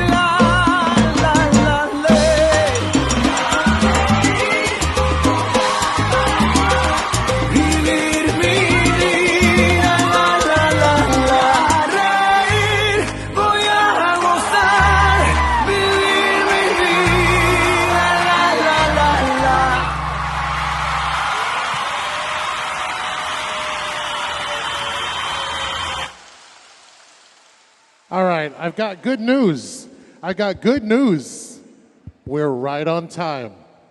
Hey. Listen, I got to tell you all something. Some of you know who I am. Some of you don't. The ones that don't know who I am, it's okay. You don't matter. So, just kidding. But every morning, I do a radio show on 107.3. It's called Coffee and Magic. Thank you. Thank you. It's very generous of you. Thank you. I love you. And every morning, before I even get to the show, I get a text message, because you can receive text messages on the show. And every morning, 6 a.m. on the dot, maybe even before 6 a.m. sometimes, it's almost like they scheduled it. I get a text message, and every morning it's usually the same text message. It says, shout out to Sergeant 619-704, Teco, Torito, Chicks, Becco, and the Dude, and sometimes 799. And some of you guys are wondering, what does that mean? Every morning, before I even get to the station, UISD Police is saying, Sammy, we're listening. UISD Police gets up nice and early. Shout out to the UISD Police. Thank you. Now, this morning with traffic, here's the deal. I'm going to have a quick meeting with UISD Police. Are you ready? UISD Police, UISD Police. Mandatory shuttles. Got it. Okay. Are you guys ready? It's time for The Price is Right.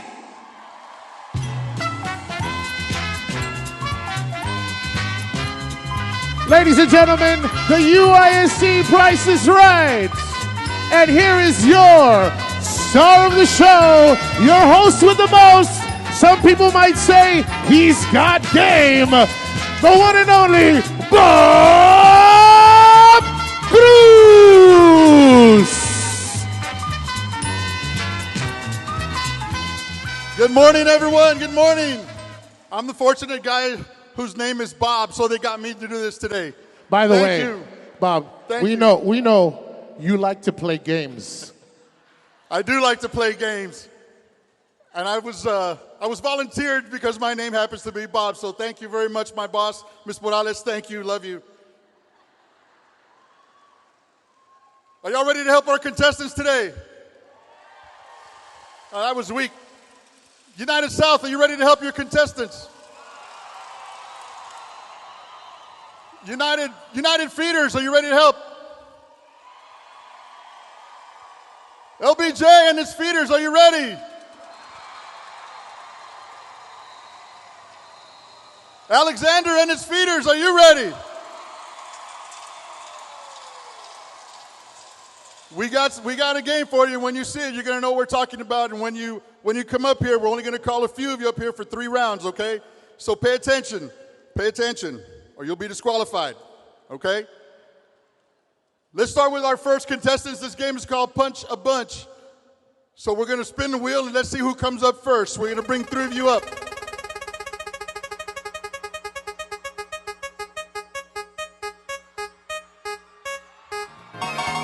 Melissa Cisneros from Cuellar, come on down. Where are you?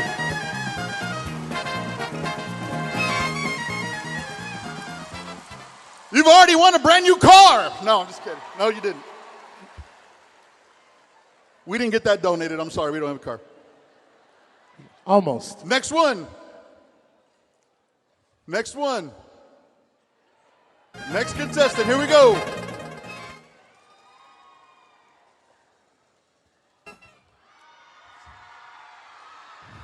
Mary Gloria Ramirez from United Middle. Come on down.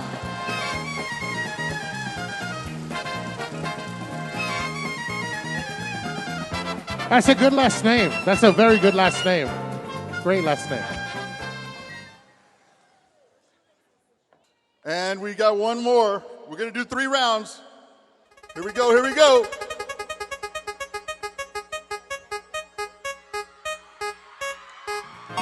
Oh my God, Tom Cruise! Come on down, Maverick, let's go!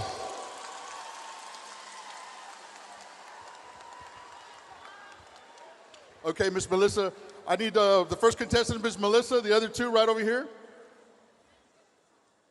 Right over here, man. Right there. Miss Melissa, come on up. Miss Melissa, what school are you from? Cuellar Elementary. And how many years? I'm starting my 34th. Starting your 34th? Awesome. Awesome. 34 years, everybody give it up. Okay, here's the game. It's called Punch a Bunch, all right? So everybody follow along. We're going to give you 2 items, okay? There's a price that is set, and you've got to tell us if that price is higher or lower. So you got 2 shots. If you get 2 right, you get 2 bunches. All right? If you get 1 right, you get 1 punch. If you get none, you go home. Okay? All right, so the first item is a NutriBullet it's a NutriBullet extractor, okay? The price is set at $65.99. Do you think the price is higher or lower? Just trust your quay out. Help her out. Help her out. They're saying lower. They're saying higher. She said higher. Oh, it is $58. Okay, hold on. You got another shot. Here's a shiatsu body massager. It's a body massager, so after work, goes long, you're sore, you work the kinks out. The price set is $29. Do you think the price is higher or lower? Help her out. Help her out. She goes with higher. $34.98. Okay, so you got 1 right. So you're gonna get 1 punch. All you gotta do is either poke it or punch it, and I'll pull the card. Any one you want. Just one. Just one. All right, let's see what you got. We almost got the card donated, but we didn't. I'm sorry.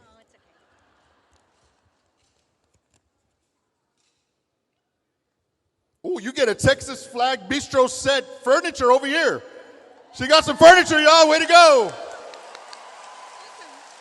Thank you for playing. Go down here with Paola. Next one. Mary Gloria from United Middle. How many years with the district? 10. 10 years. Where's United Middle? 10 years. UMS, you ready to help her? Okay, Mary. You got a slow cooker, Hamilton Beach slow cooker. You cook? You do? Okay. It's bad. All right. $48, $48.99. Do you think it's higher or lower? Help her out. Lower. It's $50, so you get 1 punch. Okay, she got the right. Now you get a you didn't get it. You got a Ninja blender that's valued at $49.99. Higher or lower? She's going with higher. $38. How many punches does she get? She gets absolutely a goodie bag from UISD. Thank you very much for participating.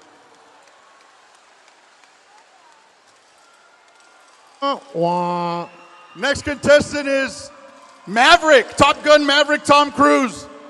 What department? Accounting. Accounting department. Just the liveliest people there at accounting, right? The most awesome party animals in accounting. How many years with the district? 23. 23 years. Everybody, 23 years. Give it up. Okay. You got an Air Fryer Plus Vortex Power XL. Price set is $50. Higher or lower? Help him out. He's going with higher. $59, so he's got 1 locked in. All right, now you've got a Ninja blender, personal Ninja blender, price set $94. Higher or lower? Lower. $78, so he gets 1 punch. You get 1 punch, and whatever you get, you get. Anyone you want. Don't punch it too hard. There you go. All right, let's see what you got. He went with this one. Hey, y'all, we got... He gets 2, my fault. Go 1 more. Wait, hold on. You get 2. Wait. What's in there? Yeah, what's in there? Ooh, okay, so whatever you get here, since you got 2 punches, all right, you got to give this one up and go for that one. But hold on. Here's what he's got. Ora. He's got to either take this prize or risk it. Walk away with this or risk something else. This guy just got Chick-fil-A for a year, guys. Whoa! This guy just got Chick-fil-A for a year. Hold up. You want to keep and walk away, or you want to take another punch? I'll keep it. Oh, he's going for it. Go for it. Go for it. Go for it. Go for it. Awesome. All right, hold, Tom. When are we going? When are we going? Chick-fil-A, let's go. All right, you let me know. We got a whole year, Tom.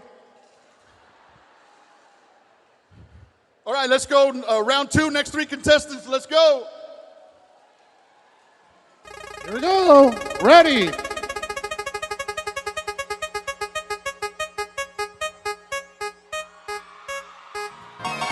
Letty Solis, come on down. Letty, come on up. Hey, be careful, Letty, be careful.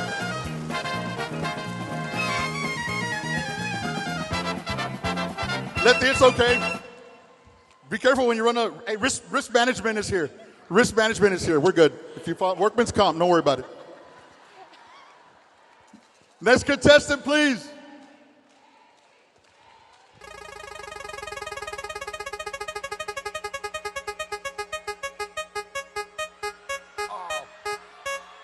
Coach Ari Bermea, Alexander Volleyball. Let's go. Come on down. Ari.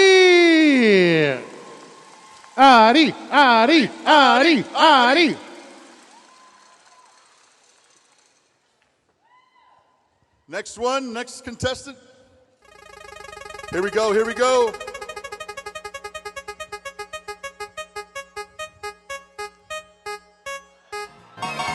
Cecilia Santini from Residential Facilities. Come on down, let's go.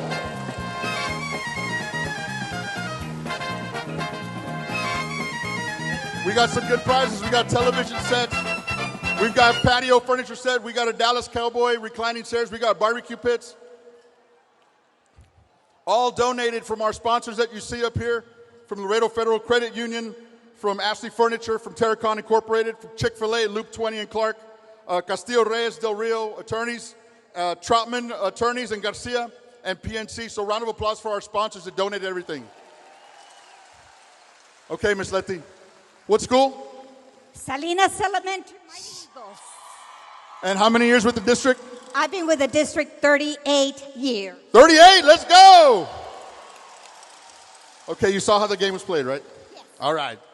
Okay, so I'm a coach, so if I'm a coach, I'm just going to show you one time, and that's it. You better know. Okay? Okay. All right. Your son's a coach. Your son's a coach? Yes. At what school is he a coach? Nixon High School.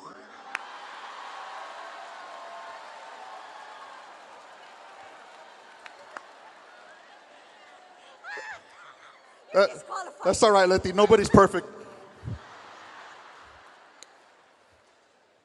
But he graduated from United South High School. Petey is a Panther. Okay, you say, I was about to kick you off the show. All right. Okay, you got a grill and press, indoor grill and press, valued at $49. So you think it's higher or lower? Let's go, Salinas. Where you at? Okay. Lower. What was the question? Do you think that the actual retail price is higher or lower than $49? I think it's higher. She's saying higher, and the price is $60. All right, so she's got one punch. Hey, Leo, remind me because I lose track of the punches. All right. And Vortex Air Fryer Pro Plus, price set at $119. That's higher. You think it's higher? Yes. She's going to go with higher. $97. So how many punches does she get? Thank you. Okay, all you get is one punch. I'll just punch it and I'll get it. She's going to go with this one. Don't punch it too hard. You're going to hurt yourself back there. Okay. Let's see what she gets. She gets a UISD goodie bag. Thank you for participating. That's your Pobrecita medal. Yeah. Bye-bye. Okay, Coach Bermea, come on up, Coach Bermea. Everybody, Alexander High School, where you at? Coach Bermea is our head volleyball coach. Alexander, she's been with our district for 12 years. 12 years. Everybody, give it up. 12 years. Okay, Adi. Mira, Adi's into fitness, and look what she gets. You get a you better get this right. No excuses. Dumbbells, but dumbbell set rack. $25.98. Do you think it's higher or lower? Oh my God. She said usually it's like $1 per pound, and I just higher or lower, Adi. Let's go. All right, higher. She's going a little higher. $34. One punch. And now she's got next one. You've got a double step deck, also fitness. You're going to ask for a lifeline from the PE coaches. Go. Can I have a lifeline from the PE coaches? PE coaches, higher or lower?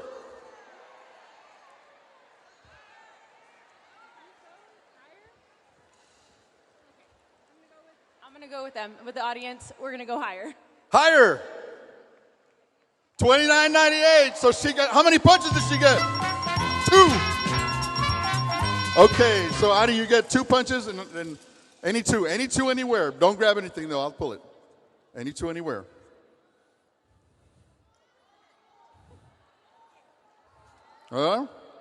Okay, so remind me. Okay, here's your first one. And on the first one, Adi pull. Let's see what you pull, Adi. You got a UISD goodie bag. So Adi, I guess you want to go. You want to take the goodie bag? Where's the other one? Hold on, Bob. This one. Why doesn't she want the goodie bag? Here we go. Let's see what Adi pulled. Another goodie bag. Another year of Chick-fil-A. Oh, nice. Right here you go. Awesome. Good job, Adi. Adi, our coaches meeting is next year. We're all expecting Chick-fil-A on that day. Got you. Miss Cecilia, for what campus? From one of the specialized schools, residential facilities. Residential facilities. How many years with the district? 23 years. 23 years with the district. Give it her hand. Okay, here we go. Instapot multi-cooker, $129.95. Do you think it's higher or lower? I'm going to go with, where's Richie? Richie, where are you? Lower. She's going with lower. Price is $89.95. She's get one.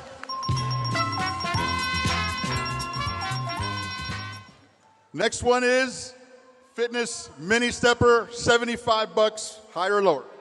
I'm going with lower. Lower. And the price is $63.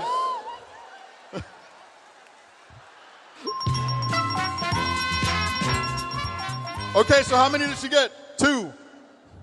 Okay, any 2. Punch, and then give me another one. Punch one, another one. No, hold on. Punch another one. Okay, somebody said corner. All right, first one. First one. Ooh, you got an outdoor hammock to relax. Backyard, relax, chill out. Now, the question is, do you want to take the hammock home, or do you want to risk getting a Pobrecita goodie bag? What do you want her to do, guys? Mira, there's a coach. Go for it. You know who the coaches are when there's like, go, go, go. It's 4th and 20. Go for it.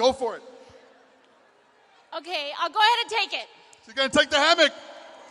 Well, hold on. Let me show you what. Hold on. What was the other one that you punched? This one? Let's see what she gave up, y'all. Aww. You gave up a Ninja Grill. You gave up the Ninja Grill. Oh, wow. Enjoy your hammock. Enjoy All your right. hammock. Okay, last round. We got last three.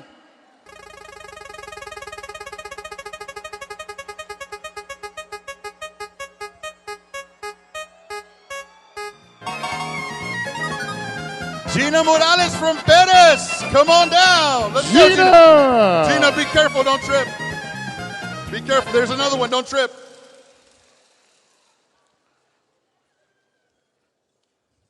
Next contestant is one more round.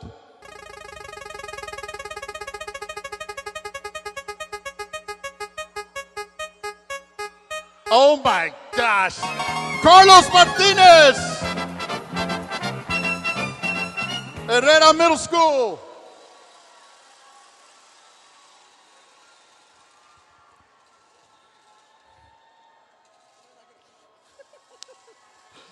He says he wants the Ninja Grill. Next contestant, our final contestant.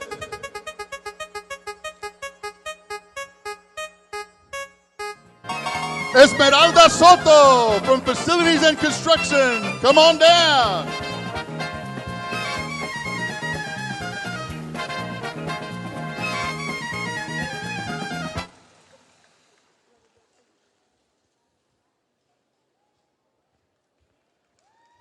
Come on down. Okay. I'm gonna make sure that we can hear when they say higher or lower over here. You guys ready to go higher or lower? Okay. Go ahead, Bobby. Welcome, welcome. Okay, Miss Gina, you're the first one up. Yes. Miss Gina, what school? Perez Elementary. Perez Elementary. Let's go. How many years with the district? 25. 25 years. Everybody, give it up. 25 years. Okay. You saw the game. You know how we play. Okay, so you've got Gotham Steel. Batman donated it. Gotham Steel pot and pan set for the house. Do you cook? Yes. Do you really cook? Okay, good. ¿Qué onda, Bobby? Okay. Price is set at $99. You think it's higher or lower? Higher or lower? Come on, guys. She's going with? Higher. Higher. 79. 79. You got another shot. Got another shot. You got a Ninja hot and iced coffee maker valued at $99.99, $100. You think it's higher or lower? Higher or lower, guys? Higher or lower? Higher. She's going with higher. Boom, 119. So you get one punch. You're not going to get a goodie bag. Well, you might get a goodie bag. I don't know. Punch anyone you want. Uh-oh. Let's see what she pulls. I wish I could say a new car. You can. Yeah.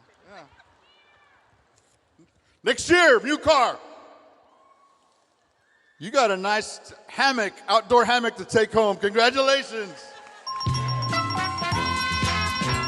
You're going to sign down there, son. Carlos Martinez, principal at Herrera Middle School. Carlos, how many years? 15 with the district, 20 in education. 15 with the district, 20 in education. Congratulations, man. All right, here we go. You see it? We got we're going to win the Super Bowl next year, baby. That's a Dallas Cowboys inflatable for your yard. For me, that's worth $1,000. $89.99 is the set price. What do you think, higher or lower? Lower. Lower. No offense to all the Cowboy fans out there. Get off the show. Oh. Well, I'm going to go higher. I'm going to go higher. Higher. 54. I told you, Cowboy fans. Zero. Okay, so now you got a Blast sound bar for $89. Higher or lower? Higher.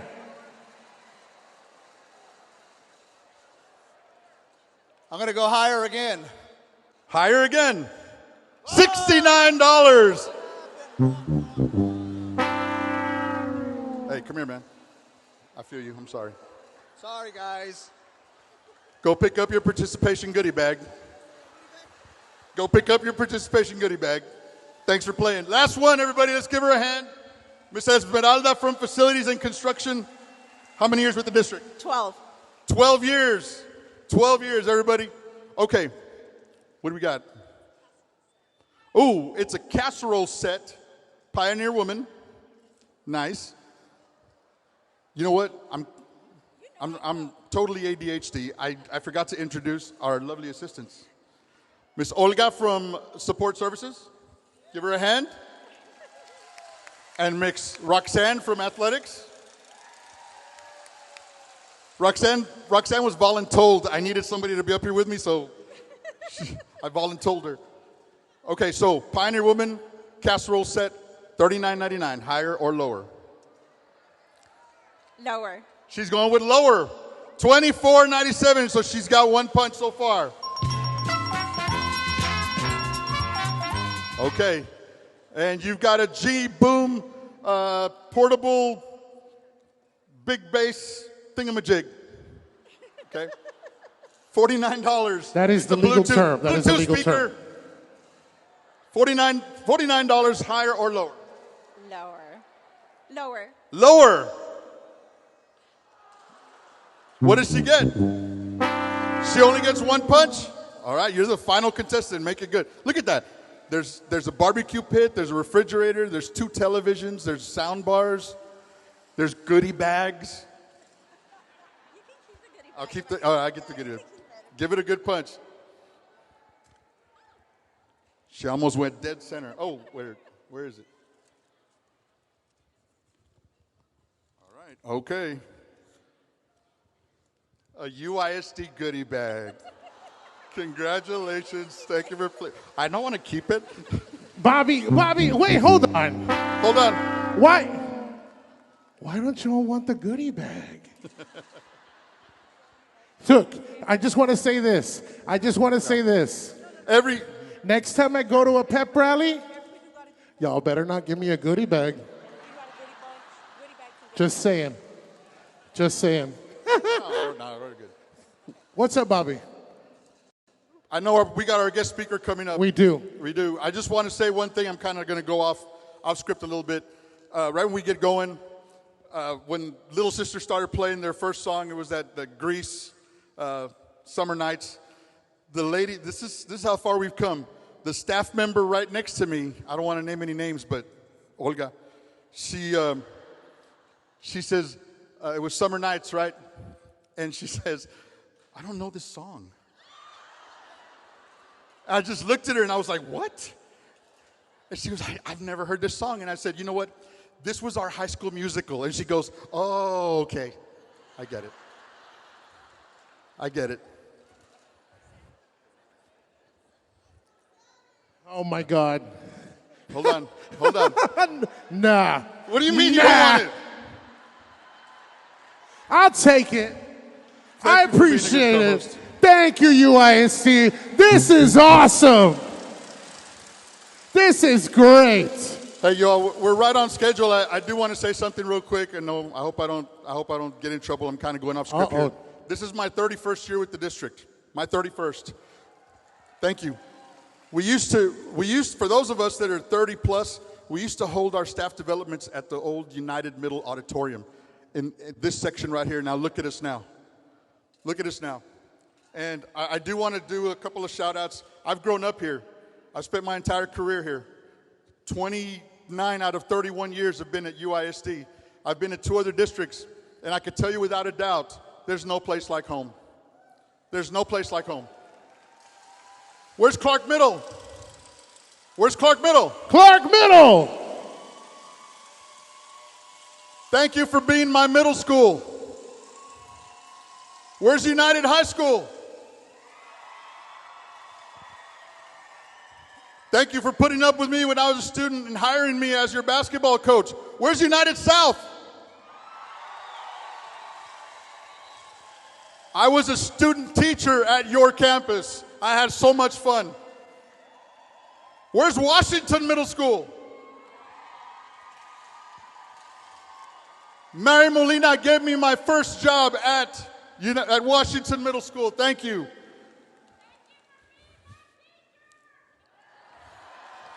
Thank you.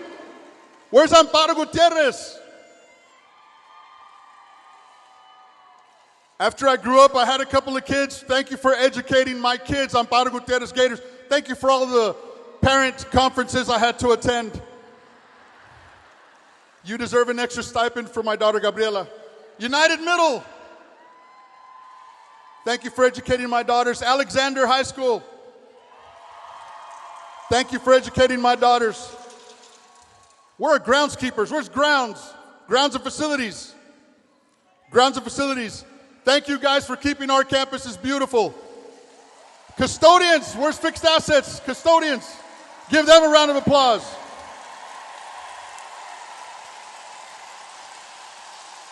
Custodians, grounds. Our campuses are beautiful and spotless, ready to go. Where's transportation? Thank you for getting us to where we need to be on time and safely.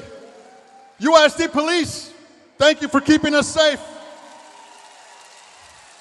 And finally, I know I'm leaving somebody out, finally. Where's food service? Where's food service? Hey, I know Sammy and I are going to agree. We're going to say this. Thank you so much for the enchiladas. Oh, my God. Thank you for sneaking in an extra patty for me on the hamburgers. Appreciate you. Y'all, I'm going to turn it over back to Sammy. Thank you for playing. Thank you for helping. Have a good year. Listen, wait, before Bobby gets off stage. Bobby, wait. We have a goodie bag for you. No, hold on. Guys, he just gave everybody a lot of credit, but I want you to know something. I want you to take this into consideration. Do you know how many parents text Bobby about their student athlete? Not today, but do you know how many parents text him? Why? And we all know the questions. And Bobby responds every time. Make some noise for Bobby Cruz, everybody. Thank you, Bobby. I was in the crowd right now, and Miss Rivera, that used to be at Finley, approached me. And she said, "Do you remember that time that you made fun of me?" And honestly, it's been a very long time, and I've been to many, many schools. So let me just say, first of all, I'm sorry. I'm a clown. It's my job. Teachers, I love you. You guys are super underappreciated. Miss Rivera wanted me to give a big shout out. Going out to, there she is right there. Miss Rivera, there she is. She wanted me to give a shout out to all the teachers at Finley. Miss Rivera, I owe you. I love you. You're awesome. And to all the teachers out there that I love to have a good time with, you're all great. You're all awesome. Let's finish the show. Are you ready? Here we go. Let me just hide behind this goodie bag real quick. Here we go. Oh, no, you know what I want to do? Instagram. Sammy the House. Selfie. Yes? Here we do it, and we're going to try. Before I run out of time. All right, everyone, we're going to be on Instagram. Say cheese. 1, 2, 3. Who knows? We'll see what happens. All right. The moment we've all been waiting for. Jerry Brooks is a veteran educator in Lexington, Kentucky. His educational experience includes 6 years in the classroom, 2 years as an intervention specialist, and 12 years as an administrator. We got this on camera? Okay, good. He's a passionate public speaker whose focus is on encouraging and helping teachers improve their instructional abilities. He also has a desire to help administrators successfully lead their staff. An encouraging speaker, he's spoken to educational groups all around the nation. His focus is on encouraging teachers to improve their instruction through personal, climate, and culture strategies. He desires to help administrators focus on how to lead all staff in a positive and constructive manner. His following on social media has developed through humorous videos that focus on real-world educational experiences. He's currently followed on these social media sites by over 500,000 people. Ladies and gentlemen, help me make some noise for Mr. Jerry Brooks.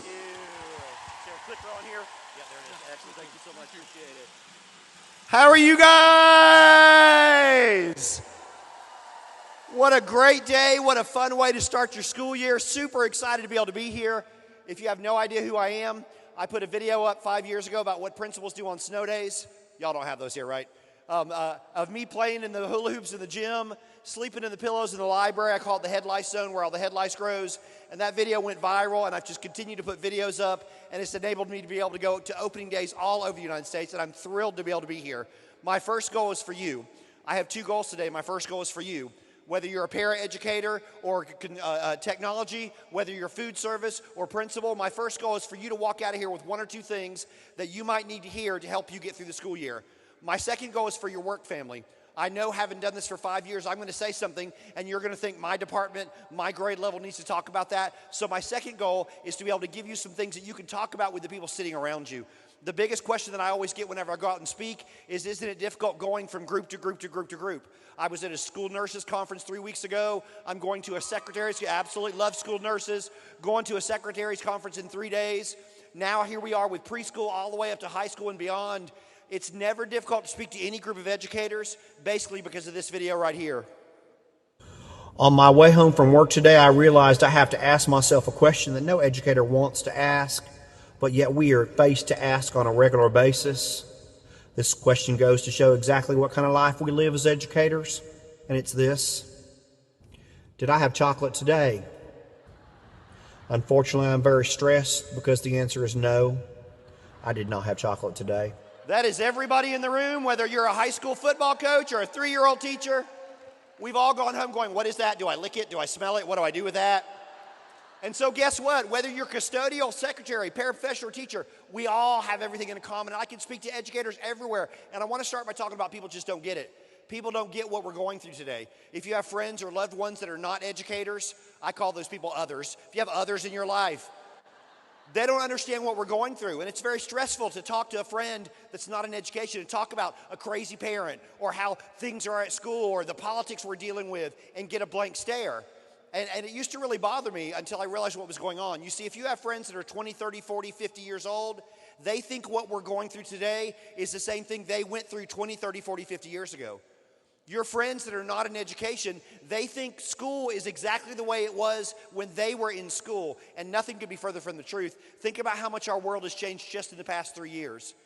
I'm always amazed when my non-educator friends will say to me, hey, where are you getting your material for your videos? Hello, I'm showing up to work. And they will argue with me. They literally argue with me and say, oh, no, those can't be true. You're just a comedian. And what they don't get is the reason it's so popular is literally every video I put up is true life. This video got the most responses from my non-educator friends, messaging saying that's a great example of a video that you've thrown up just to be funny, because there's no way that's true life. So as the video plays, ask yourself, have these things happened at my school? And the answer is yes. All these things are going to happen at your school. And this video goes out to our school secretaries. Our elementary school Grinch secretary, hold on 1 second, please. Hey, honey, why you late? Write your name right here. Why you late? Your daddy was pooping? No, don't write that down there. Just put overslept, and tell your daddy to poop on his own time, not on my school time. Our elementary school, how can I help you? What time does your child have lunch? I can check. Who's your child's teacher? What do you mean you don't know? What grade are they in? What do you mean you don't know? Are you sure you even got a child? Right? It's a lady teacher. Well, that really narrows it down. How about this? When your child gets off the bus today, if you can figure out which one's your child, ask them who their teacher is and then call me back tomorrow. I'll get you covered. All right, goodbye. Hey, honey, why are you late? Right here. Put traffic. Your mama tell you to put traffic? There ain't no traffic. There'll be a lot of kids stuck in traffic. Put mama wouldn't get up right here. All right, go to class here. Our elementary school, how can I help you? What are we having for lunch today? Let's see, pizza, Go-Gurt, and some animal crackers. What do you mean you're going to bring your child's lunch because they won't eat that? Who's in charge of your house? I think they should be eating whatever we put in front of them. You can charge. Picky eater. Well, okay, if you have to, go ahead and bring that up there. I'll write a note to teacher. Miss Kane, Snowflake's mama is bringing her lunch. All right, I got you covered. All right, appreciate that. Hello, Miss Johnson, the secretary. I'm going to need you to take attendance. Yeah, every day. We do it every day. I'm not sure why you forget you got your clothes on today. Yeah, you got your clothes on. You can remember that. You should be able to remember attendance. Y'all gonna need it right now. Okay, hello. Elementary school, how can I help you? Yeah, okay, whose mama is this? Stevens? Okay, you going on vacation early? You want to let his teacher know so she can gather work. Well, why are you going on vacation early? That school calendar has been set for about a year. Okay, you gonna go see Grandma? Grandma's not gonna be there 4 days early. Okay, well, here, let me write a note. Mr. Brown, Stephen's mama called. She would like you to spend 3 or 4 hours gathering homework and work 2 weeks early so he can go on vacation. And don't forget a reading log so she can sign it and act like her child read, even though he was not doing it. All right, I got you covered. Appreciate that. All right, thank you. All right. Hello? Yeah, Is this April's mama? Yeah, she's not at school today. Yeah. Well, I'm sorry for waking you up from the nap, but she's not at school today. All right. Oh, she's sick. Okay. She got a fever? No. Okay. She throwing up? No. Okay. Well, why you think she's sick? Oh, she told you she was sick and she needed to stay home. Okay. What's she doing right now? Okay. Watching the TV and playing some video games? All right. Well, you tell her I'm going to send the Easter Bunny over to your house later with her homework. Oh, you don't believe that? Okay. You just seem to be somebody that's believing a lot of things they shouldn't be believing. That's every secretary in here, I guarantee, has answered those exact same phone calls. And your friends that are not in education don't get that. And so that's my first challenge for you, is you got to find someone that gets you. And I've already set the stage to say that we all understand each other, but let me tell you the person I'm talking about in your life. I love my school, got amazing staff. My SRO officer is one of my best friends. My librarian's my big gossip. She texts me all day long when I'm out of town about gossip going on. My daughter's a speech path. Love the speech paths in the building. I love to hear about her day. But let me tell you what, nobody understands the day-to-day stress I go through better than another elementary school principal. And so guess what I have done? I have developed professional relationships with other elementary school principals. Do you know why? They're going through exactly what I'm going through. And so that's my first challenge for you today, is you got to find someone going through what you're going through. And I know some of you already have that because you're with your kindergarten teachers, you're with your English department, you're with your whatever. But I also know that some of you are lone rangers because you're the only librarian at your school. You're the only PE teacher. You're the only assistant principal. And I want to challenge you, if you're the only one in your building that does your job, you got to find someone. Email somebody in this district and say, hey, I see that you're a PE teacher at an elementary school. Can we talk back and forth? Because let me tell you what, your librarian and your PE teacher might be good friends and they might eat lunch together, but what a librarian goes through and what a PE teacher goes through is not the same. So whatever your job is, be it extracurricular, nobody understands coaching girls cheerleading like a girls cheerleading coach. And them mamas are crazy. Whatever it is you do in your position, you got to find someone doing that exact same job. Do you know why? They will help you get through the school year. So that's what I'm going to do today. I'm going to challenge you with some things that I know that I've learned from my staff, and hopefully you'll walk out of here with 1 or 2 things that you need to hear and a couple things that your colleagues need to hear. And I want to continue by talking about the different personalities we're dealing with. You got to be able to accept the personalities in this room. Think about what you're dealing with. Sitting around you are people that are not like you. They don't go to your church. They don't vote like you. You were up until midnight on TikTok and they were in bed at 8 o'clock. That's what you're dealing with. Sitting around you are people that are not like you. And let me tell you what, the number one thing I want to tell you today is you got to be able to accept everybody in this room. No matter who they are, no matter where they go to church, no matter where they vote. And let me tell you why. You need to accept everybody in this room for 2 reasons. First of all, if you can't accept somebody in the room because you don't like their lifestyle, because you vote Republican and they vote Democrat, because you go to church 4 times a week and they don't go at all, you're going to be miserable. You know why? Because you got to sit with them at PDs. And you got to be on buses with them to volleyball games and to basketball games. And you got to go to team meeting. You got to go to staff meeting with them. And if you can't accept the people sitting around you because you don't like their lifestyle, because they don't go to your church, you are going to be miserable. But more importantly, as the instructional leaders of all this community, if you can't accept the people around you, how can you expect a football player to be in a lab group with a band kid? Because guess what? Those personalities are very different. And if you're going to look at your kids and say, you can sit on a bus together, you can be in a project together, how can you not accept somebody 3 rows behind you because you don't like how they voted? You don't like that they don't go to church. And we've got to be able to accept the people around us. And I know it's difficult because you are sitting around a lot of people that are not like you. Oop, that didn't go. I have a couple of suggestions for you as you deal with negative people. I know as the school year starts, you're going to encounter people that don't like the new curriculum, they don't like the new principal, they don't like their class, they don't like nothing. They're just negative. And if you keep talking to them negative people and let them talk to you, it'll get all over you like white on rice. You don't want that. So I have a couple suggestions. My first suggestion is don't throw shade back at them. That means being negative back at them. When they're complaining about the new curriculum, you might be tempted to say, well, if you like the old curriculum so much, why don't you marry it? I found that throwing shade does not work. So here are some things you can do. First is you can distract them with fancy adjectives. Like when they're saying something negative, you can just look at them and say, your hands are so dainty. Or maybe you could look at their shoes and say, your shoes are spectacular. Throwing out them fancy adjectives will get them all distracted. Or if that don't work, right in the middle of their negativity, you could say something real crazy and offbeat, like, I love to eat glue. Or maybe you could say, I wonder what would happen if I punched a tiger at the zoo. And saying something crazy like that will get them all distracted. If those two things don't work, you can always throw up the horse blinders. That's when you just throw up your hand like this, and you just completely ignore what it is they're saying. So if them fancy adjectives don't work and them distractions, just throw up the horse blinders. You just need to get away from the negative people. Have you ever worked with someone like that? Yeah, point to them. No, don't do that. It is miserable. It is miserable working with someone who is miserable. They don't like the principal, they don't like their kids, they don't like their job, and it is miserable working with someone who's miserable. Or even worse, someone who's happy all the time. Oh my gosh. Comes skipping by your room every morning. Good morning, sunshine. Don't you want to slap the coffee out of their hand? Get away from me. I hate you. That's what you're dealing with. Sitting around you are people that are not like you.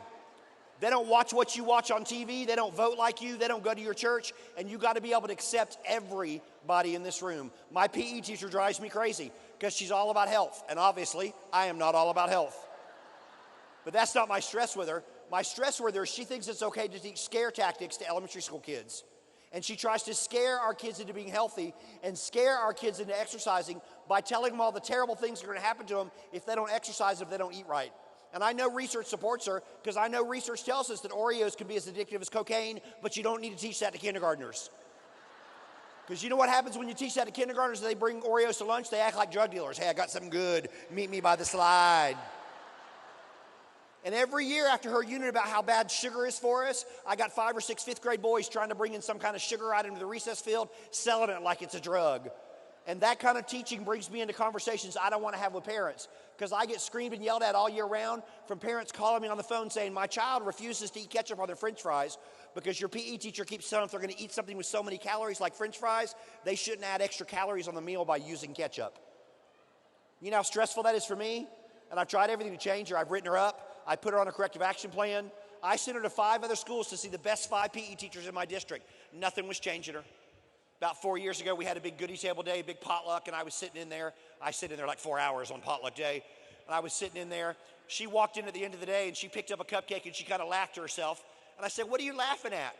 She said, oh, I remember when I was a cheerleader in 10th grade. I went to a friend's birthday party with all my cheerleader friends, and I picked up a cupcake, and my mom slapped it out of my hand and said I didn't need it. And I said, that's why you're crazy. She's a good friend of mine. I said, that is why you're crazy. She said, oh, I know, believe me. She said the next year in 11th grade, 1 year later to the day, at a same girl's birthday party with all my cheerleader friends, the pizza guy came in carrying 10 pizzas, and I leaned in real dramatically to smell them to make all my friends laugh, and my mom grabbed my pigtail and pulled my head back in front of my friends and announced that I had overeaten at lunch. I wouldn't get any pizza. She had brought salad for me that was in the car. And I realized standing there at this goodie table room that I had been handling this all wrong because I had spent 3 years trying to change her, and what I needed to do was change me.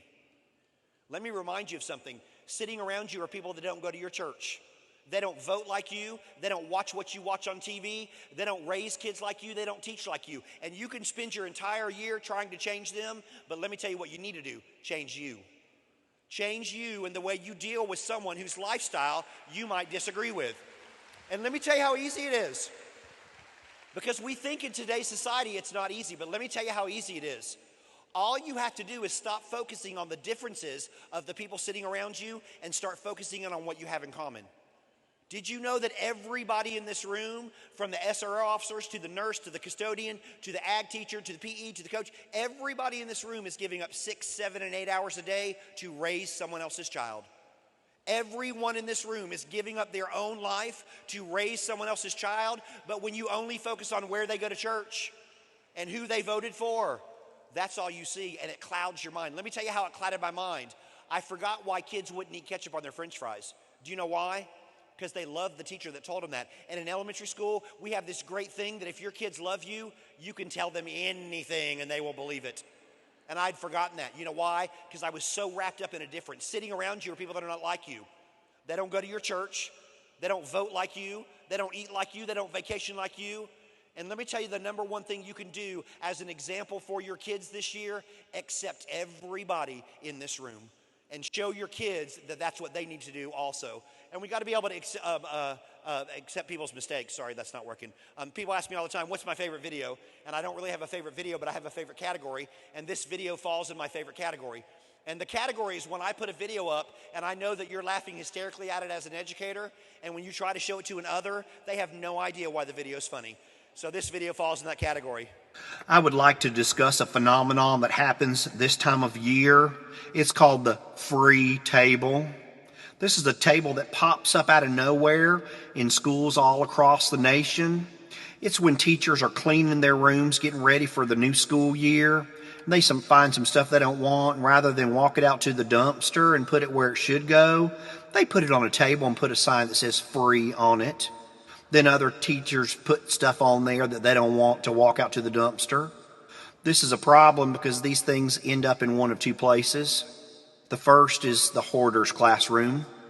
The hoarder is the teacher that has a closet full of half-empty glue bottles that are all rubberized and little nubby crayons that they're going to melt down for Valentine's heart crayons, and VHS tapes of McGruff the Crime Dog, and them little clear coins that we use for transparency overheads. They've got everything in their room.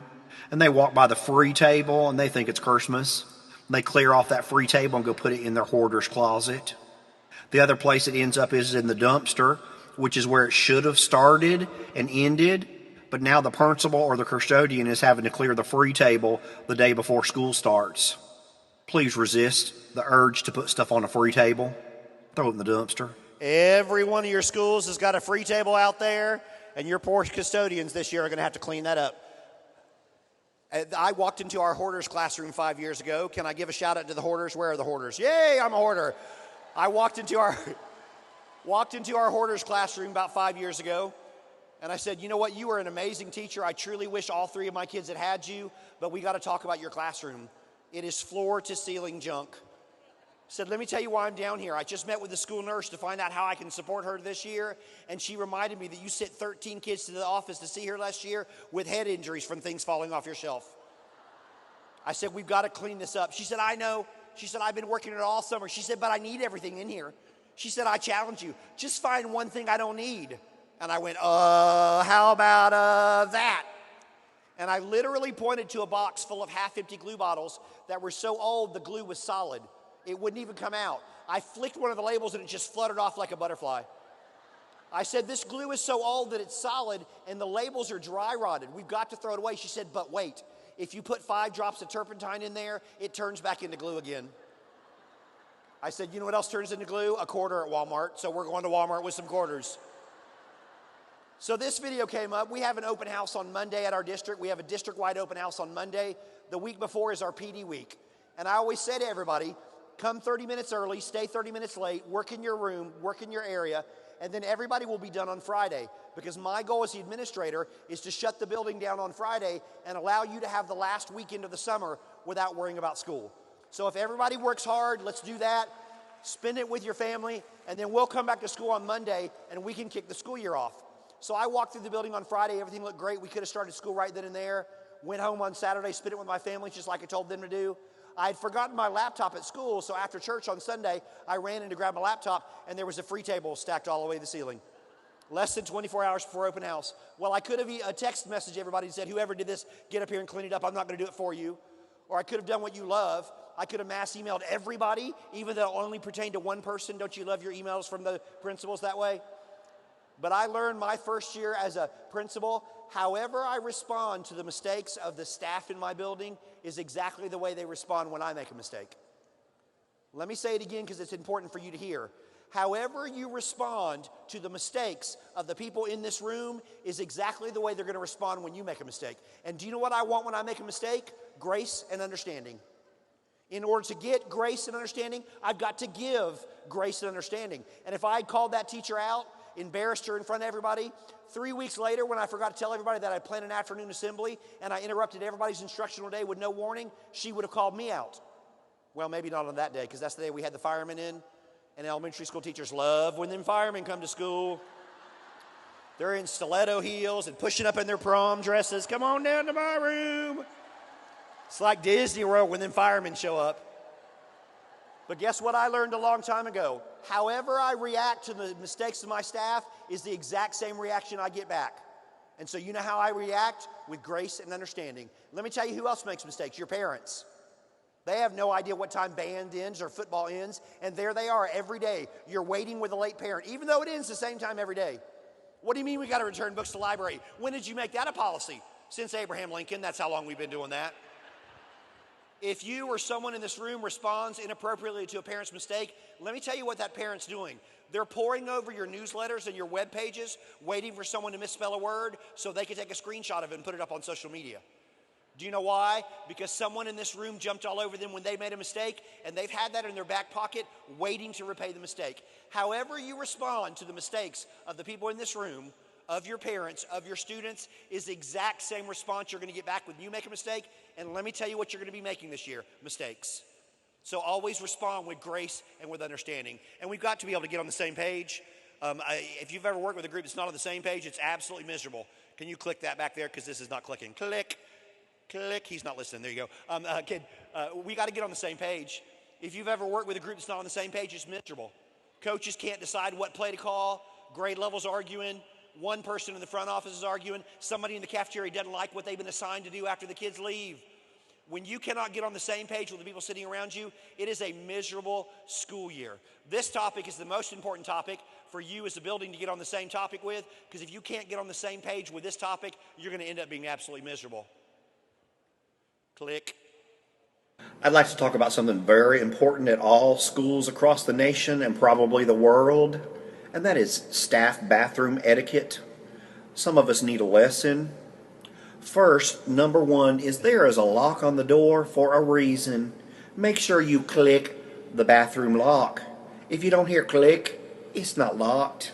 And it is very traumatizing to walk in on a staff member in the bathroom. Next, when the toilet paper is gone, call the custodian. Don't just leave and not tell anyone, because the next person that comes in doesn't realize there's no toilet paper and it causes some stress. Call the custodian.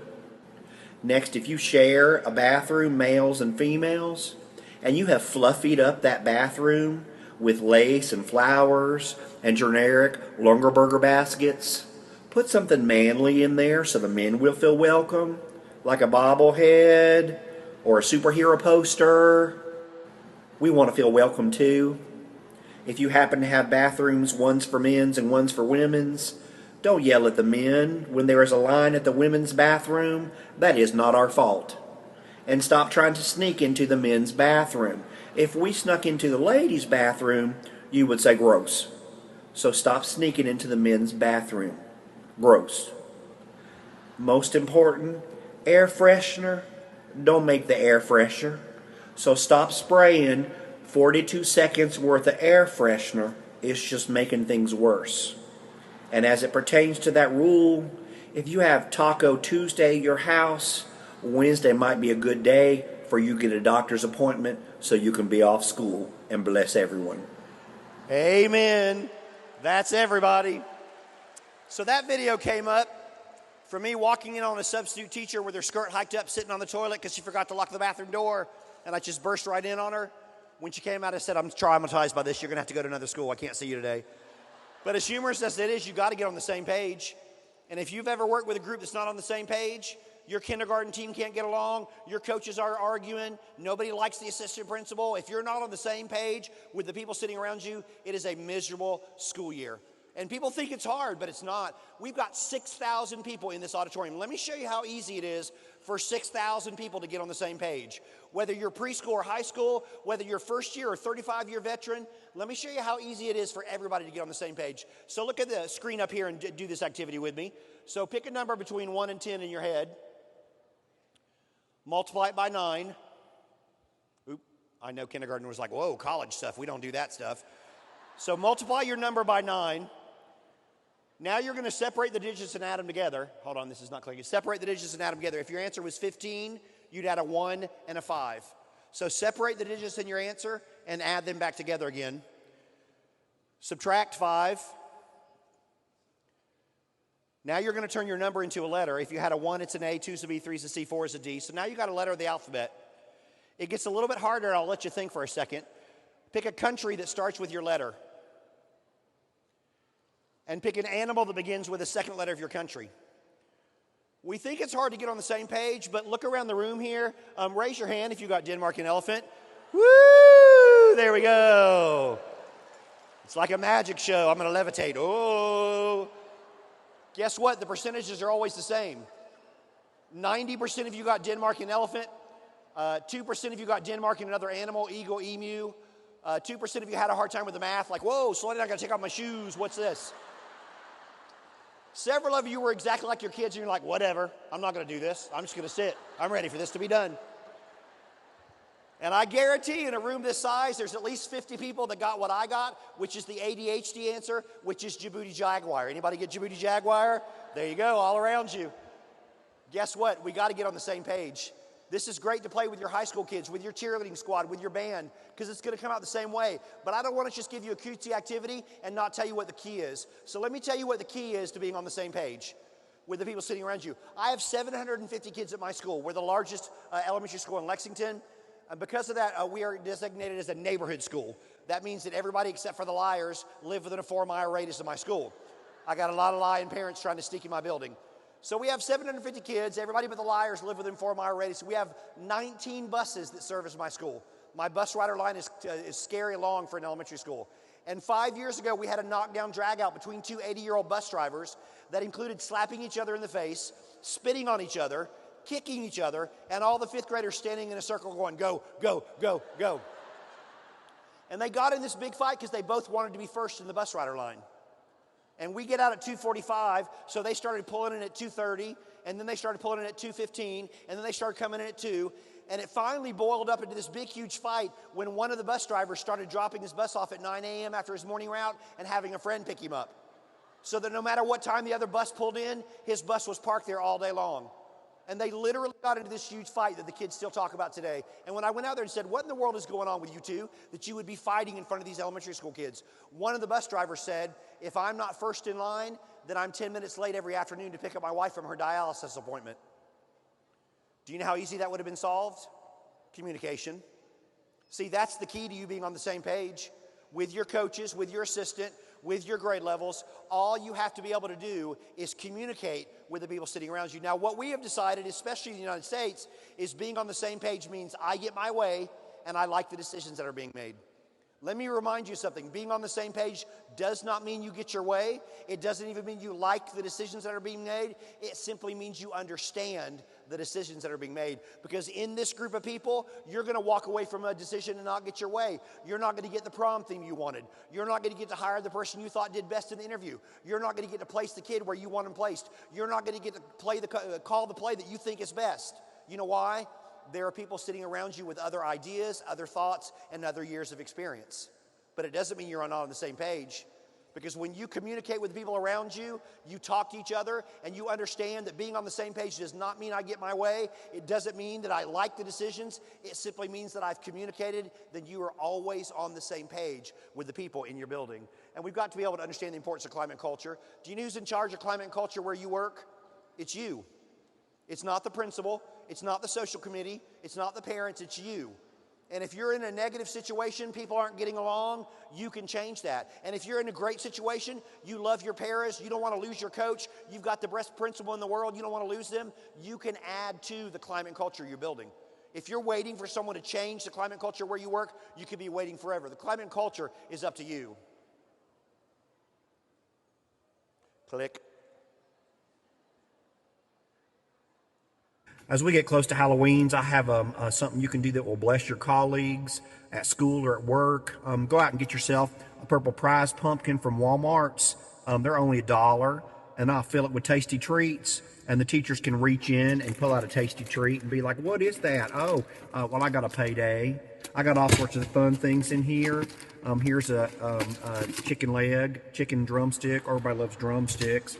I got some M&Ms in here.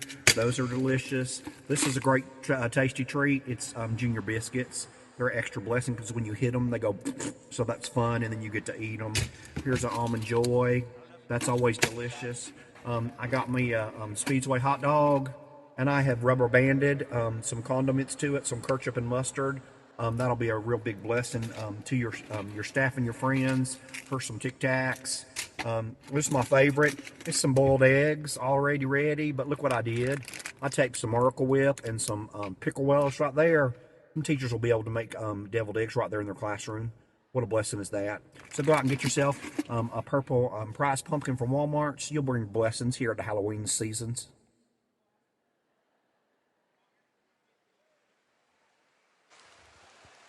People ask me all the time what it's like to work in my school, because that's climate and culture. What you do for the people sitting around you when it's their birthday, what you do for your coaches when they're in a big game, what you do for your secretary during Secretary's Week, that's climate and culture. And we've got to understand the importance of that. You know who's in charge of that? You are.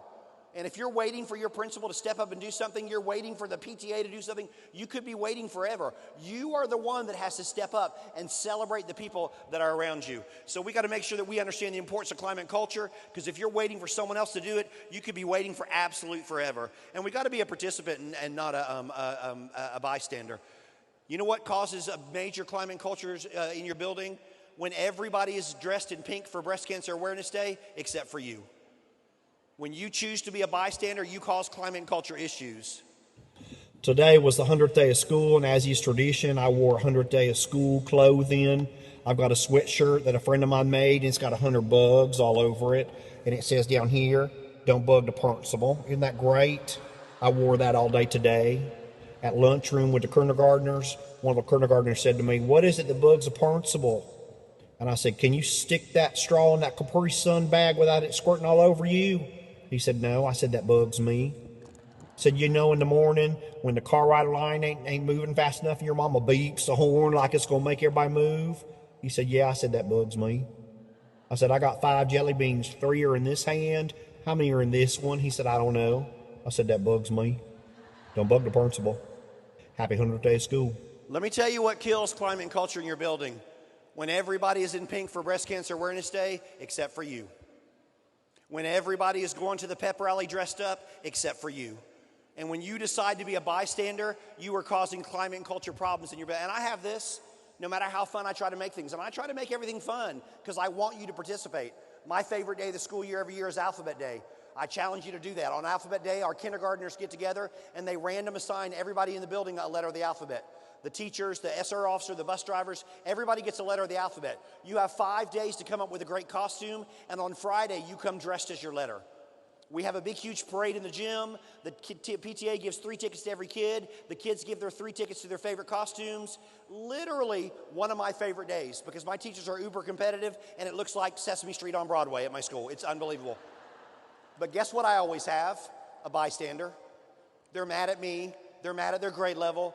They don't want to participate in this silliness. It used to really burn me up, but now I know how to fix it. I just go in their room and say, hey, I noticed you didn't dress up like a letter today. Here, I cut out the letter B. You can be a B today. Just a random letter so they can participate. If you didn't get that, ask the person around you. And here's why. Because I know what it does to climate and culture when everybody's dancing at the pep rally except for you. When everybody's in an autism awareness shirt except for you. And you've got to make sure this school year that you will be a participant and not a bystander. So I want to close my time with you guys with 3 things. Absolutely. So 3 years ago, all of my conferences got canceled because of COVID, and we didn't have I didn't have live conferences. And I decided that I didn't like to use my videos when I do a virtual conference. So I decided I would do something different. And I want to end my time with you guys with what I do on a virtual conference. I was a youth minister for 9 years in Florida, and one of the best ways to teach a student is with an object lesson. And so I use object lessons with my staff all the time, and I want to show 3 objects to you that are very important in my life, and 3 objects that I think that will be very important in your life, with a challenge that if you hear something that applies to you, that you will get these. So I want to close out my time with you guys showing you 3 objects that I give to my staff every year, and I share these with your principals, and so you can hold them accountable for this too. The first thing everybody in my building gets is just a light switch. It's actually 2 pieces. It's the switch and the plate. Everybody in my building gets these. I saw this in a 3rd grade teacher's classroom. She used these to teach the students the importance of moving on from one thing to another. You know, to be successful, you can't get wrapped up in a nasty email and answer that email all day long. As a coach, you can't teach one skill and not move on to the other 9 skills you need to teach those girls to be successful. You can't love your chapter book and not move on to math. To be successful, you've got to move on throughout your day. Well, this teacher that I was observing had a lot of kids that were on the autism spectrum. And she knew coming into the school year that kids on the autism spectrum have a really hard time moving off of something if they love what you're doing. And so she wanted to give them a visual cue. So she gave all of them a light switch, and she used this to teach them the importance of moving on from one thing to another. Everybody had them in their desk. They had all decorated their names with on them. When I came into Observer one day, they were all excited about recess, and they were having a hard time settling down. She said, "Oh, boys and girls, we've got to move off of recess. It's over. Can everybody get their light switches out?" She said, "Can everybody turn off your recess minds?" And they all turned off their recess minds. She said, "We're 3 days into fractions, and this is a 4th grade concept. Your 4th grade teacher's going to expect you to know. You've got to be a mathematician right now. Can everybody turn on your math minds?" And they all turned on their math minds, and they put them in their desk, and they were ready to move on. See, you already do this. You flick your lights with your kids if they're having a hard time. You sing clean up, everybody, everywhere. What you're saying is it's time to stop what you're doing and move on. You do this as an educator, but the reason I share these with your principals, the reason I want to share this with you, the reason I give these to my staff is I know that 90% of you in the room are unable to do this on a daily basis with your own professional minds. And I want to remind you this year, in case you've forgotten over the summer, you are in a mentally and physically stressful job. And every single day, at the end of the day, you need to be able to turn this off and go home to whatever's home for you. Because you know what is at home for you? A husband, a wife, boyfriend, girlfriend, kids, pets, you. And some of you every single day are taking your jobs home with you. And let me tell you what you're missing. Precious time with your family that you will not get back. I give these to my staff on the first day we get together. I give them to everybody, absolutely. I give these to everybody. And I say, put this on your desk, and every single day you leave, turn it off. And I reference them all the time. I get on the announcements, and I say, boys and girls, great job today. Today's the last day of book fair. Make sure you bring your money today. Teachers, would you please make sure you turn off your professional minds as you leave the building? Do you know why? Because when my teachers leave the parking lot, I want their day to be done. But every single day, some of you are dragging it home, your work, you're calling parents, you're texting your colleagues. And I want to challenge you to grab one of these. I've got one on my desk that I turn off as I leave. I've got one in my car as I pull up in my driveway because I've got a wife that wants to hear about my day. I've got 2 dogs that need to be walked. I've got an adult child I'm trying to get rid of, and they're all in there wanting to hear. And do you know what some of you are doing every single day? You're walking in with a phone in one hand and a finger up in the other, and you're saying to your family, I'm home, but I'm really not home. I need 30 more minutes to talk about this kid. And I want to challenge you to put one of these on your desk every single day to turn this off so that you can go home, you can relax, and you can come back tomorrow refreshed. The most important thing you can do this school year is to turn off your professional mind every single day so you are ready for the next day. The next thing that everybody in my building gets that I love to share with everybody, absolutely, that I give. The next thing everybody gets in my building is just a pacifier. Everybody gets a pacifier. I know you're thinking I'm going to say, suck it up, crybaby. That's not what I'm going to say, but that would be great for me to say. That's not why I give these out. I give these out because of what it represents. If you were leaving today and you saw a pacifier on the ground, you would say to yourself, someone in the arena had a baby today and they dropped their pacifier because this represents someone's baby. Now do you know why I want it on every one of my teachers' desks? Because this represents someone's baby, and I want to remind my teachers every day who they're dealing with. And some of you have forgotten who you're dealing with. The 17-year-olds that you're getting ready to practice football with this afternoon, they're someone's baby. Those kindergartners that are not listening to you, they're someone's baby. That 16-year-old that snuck the bourbon on the band trip, got all the flag girls drunk, true story. Now you got to decide if he's going to get to go to the award ceremony. He's standing in your office, 16 years old, got a mustache, look like he's Tom Selleck. Do you know why you're getting ready to get a frantic phone call from a parent? Because that 16-year-old is someone's baby. I don't care that he snuck on your band trip. I don't care that he threw a brick out the bus window and hit a car. True story. I don't care that he flipped all your kindergarten tables. True story. I don't care that he flipped you off. True story.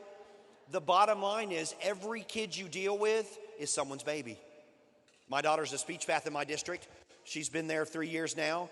When she was first got her job in January, I texted her about 4:45 and I said, hey, meet me at the Subway. House at 5 o'clock, I'll buy you dinner. Your mom's out of town. I eat dinner at 5 o'clock so that way I can eat a second meal at 10 o'clock. Amen. And have a reason to eat a second meal. So I text my daughter at 4:45, meet me at the Subway by your house at 5 o'clock. I'll buy you dinner. Your mom's out of town. She texted me back real quick. She said, I can't. I'm still in staff meeting. It was 4:45. We get out of school at 3 o'clock. She was in an hour and 45-minute staff meeting. So I pulled my cell phone up and pulled up her boss's number, my friend who I've worked with for 6 years, and I texted him. And I said, Josh, why is my daughter still in staff meeting? Do you know she got to school at 7 o'clock this morning? Did you know that your staff is not listening to anything you say after the first 30 minutes of your staff meeting? And every single time, sorry, principals. And every single time someone picks up a cell phone, they are texting the person right next to them to tell them how dumb it is you got them at school at 4:45. Can you please end this stupid staff meeting so I can take my daughter to dinner? And right before I got ready to push send, I stopped myself for two reasons. One, she would have killed me. And two, he's allowed to do that. We don't have unions in Kentucky that stop that. But do you know why a 56-year-old man would text message a 23-year-old's boss and say, why is she still in staff meeting? She's still my baby. I don't care how old she is. She's still my baby. She just got married on December 16th. You know what her husband got in his stocking for me at Christmas? Because I want him to remember who he married. He didn't marry a successful speech path with her own house. He married my baby. And I've been to jail once. I'll go to jail again. It won't bother me a bit. And let me tell you what some of you have forgotten. That you're dealing with someone's baby. Because they should know better. Because they're getting ready to go to college, because they're in 8th grade. In my building, 4th and 5th grade, forget this, because they're dealing with the oldest. In this room, it's middle school and high school. You know why? Because you're dealing with older kids. But the bottom line is, every 11th grader, every 7th grader, every 3rd grader is someone's baby. And so I challenge you to put this on your desk as a reminder that what you're dealing with is someone's baby. The reason they're calling the principal and yelling is you're dealing with their baby. The reason they're going on social media is because we're dealing with their baby. And so I challenge you to put one of these on your desk as a constant reminder that you're dealing with someone's baby. And the last and most important thing I want to share with you today is just this cup that I've got squozing in these stretch pants back here. Look at this. Woo! Just a nondescript coffee cup from the Dollar Tree. It's not going to come out. Hold on. Sorry, I'll get it out. It's just a coffee cup from the Dollar Tree. Just $1. Well, $1.25. How sad is our life right now? And I love this lesson. When I was growing up, we were able to celebrate Christmas in schools. I don't know if you guys do that, but my district does not allow us to celebrate Christmas. But when I was growing up, if you're my generation, we celebrated Christmas. We had a big Christmas party. Everybody brought in a Christmas gift. You put boy gift or girl gift on it. You put it under the tree, and you got to take a gift home from under the tree. Literally my favorite day of the school year. 3rd grade, my mother took me to the drugstore, and I got a package of squirt guns. Little teeny spy one, medium one, and a big bazooka squirt gun. And she let me buy a package of 100 water balloons. So as an 8-year-old child, I took 100 water balloons and 3 squirt guns to my gift exchange. Best gift ever. I had decided, and I told my mom, I was going to pull my own gift when I got to the gift exchange. Because the year before, in 2nd grade, my arch rival, Lenny Staley, walked in with this long rectangular box, and he said, hey, I know you love Matchbox cars, so I got my mom to buy 6 Matchbox cars, and I taped them all together, so make sure you get this long rectangular box. And I said, okay, I will, because I love Matchbox cars. And I ripped that paper open. It was actually a Barbie doll. And he made fun of me all year. And he got all the boys to call me Barbie boy. So I told my mom, I'm not going to come home with a Barbie doll. I'm not coming home with a book. I'm not coming home with a baby doll. I'm just going to pull my own gift, and I'm going to bring home a squirt gun. She said, I'm going to spank you if you do that. That's not the way gift exchange works. Guess what? I didn't care. I got spanked every single day when I was growing up. One spanking, not to have to come home. I didn't care. So I'm on the bus that day, super excited because I know what I'm bringing home. 3 bus stops up, my friend Roxanne gets on the bus. She didn't have a lot of friends for 2 reasons. One, she's a child with no filter, which I find hilarious because she walks around the building offending at every double going, you look fat. Are you having a baby? That outfit looks terrible on you. What's up with your haircut? And she says whatever she is thinking, and I'm usually thinking it, but I'm too shy to say it. She's constantly getting in trouble, but she's also coming from a struggling home. I have no idea where her mom or dad is. I've known her for 7 years. I've never met her dad. She's got 3 brothers and sisters. Her mother is a housekeeper at the little 10-room hotel in my community. She constantly comes to school dirty. She never has clean clothes. I'm convinced they don't have a washer and dryer. She never has buttons on her shirt. The teachers are always pinning them. I saw her 2nd grade teacher staple her shirt all the way up because she had no buttons. She's been known to come to school with only 1 shoe on because unlike at my house, she doesn't have a pair of Sunday school shoes. And if she can't find a shoe, she comes to school with 1 shoe on and 1 shoe off. And my peers don't get this, so they kind of shy away from her, but I think she's great. She gets on the bus 2 bus stops up. She plops down right next to me, and she's literally holding this exact cup. And I said, what's that? She said, oh, it's for the gift exchange. She said, we don't have any wrapping paper at my house. Mr. Walters said he would wrap whatever I brought in. I recognized the cup. My grandmother was staying at the little hotel where her mom was a housekeeper. I had waved at her mom the night before as she was cleaning the room. My grandmother was drinking out of this cup, and I realized she had nothing to bring to the gift exchange, so she brought a used coffee cup from our local hotel for a gift exchange present. And my first thought was, wow, what a terrible gift. That's not good. My second thought was, wait a minute. That's a terrible gift. I'm going to talk Lenny Staley into getting that cup, and he's going to go home with a used coffee cup. That's worse than a Barbie doll.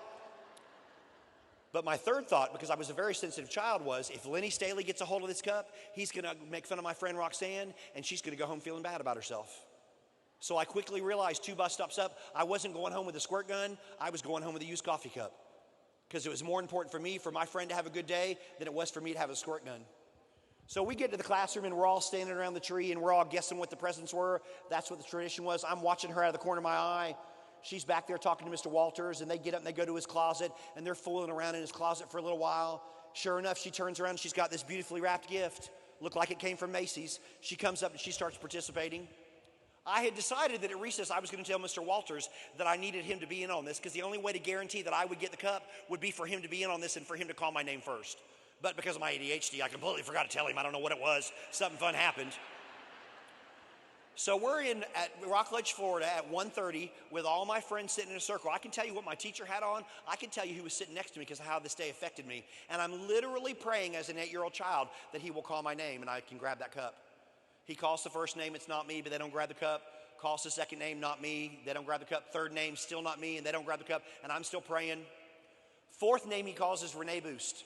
Sweetest girl you've ever met in your life. She lived right down the street from me. Straight A student, prettiest girl you've ever met. She was my girlfriend kindergarten through 5th grade. She was also Lenny Staley's girlfriend. She was a little free with her love, but that's okay because I loved her anyways.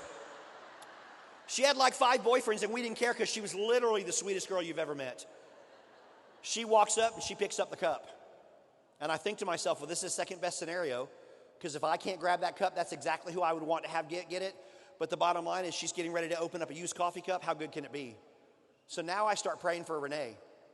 And I start praying that she will have something great to say when she opens up a used coffee cup in front of all of our peers. She rips open the paper and she holds up the cup. And inside the cup are 10 multicolored permanent Sharpie markers and a gigantic king-size Snickers bar. And before she can say anything, Mr. Walters chimes in and says, oh my gosh, Renee, you got an autograph cup. We're all going to be able to pick a different color permanent marker and sign our name to that cup. And you're going to go home with a cup with all your friends' names on it. That's the best gift I've ever seen. That is literally the moment I decided to become an educator. Literally.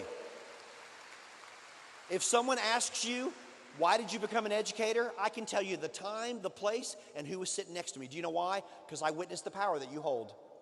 As food service, as custodial, as bus drivers, as paras, as coaches, as counselors, as administrator, I witnessed the power that you hold. And I had an educator that understood the most important thing you can ever do to a child is give them their dignity. And that's what you are called to do this year.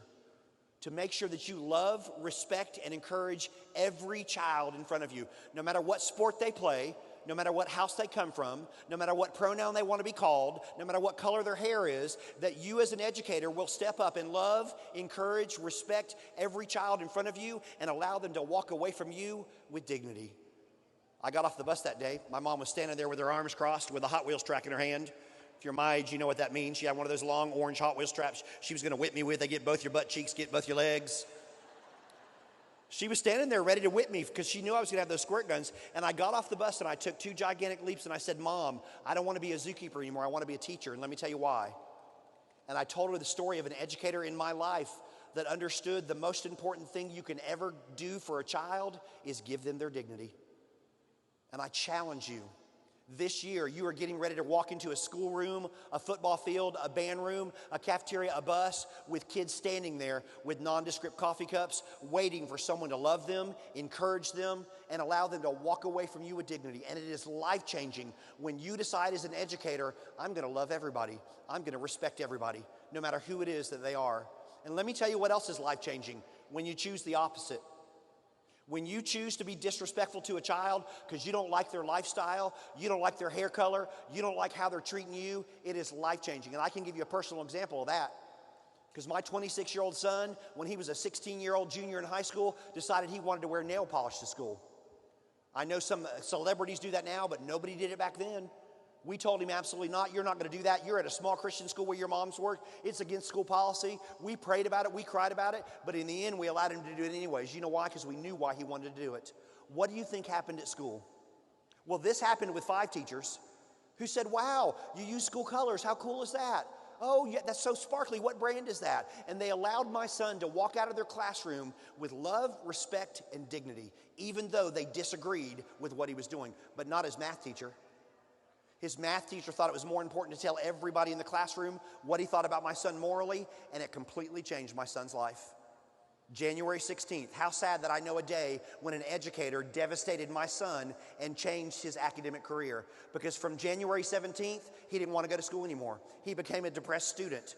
He walked into the choir teacher and said, I know I'm the lead for Shrek the Musical, but I'm dropping out of the musical. Why would I be in a musical for this school when a teacher treats me that way and thinks of me that way? We can't get him to go to church anymore.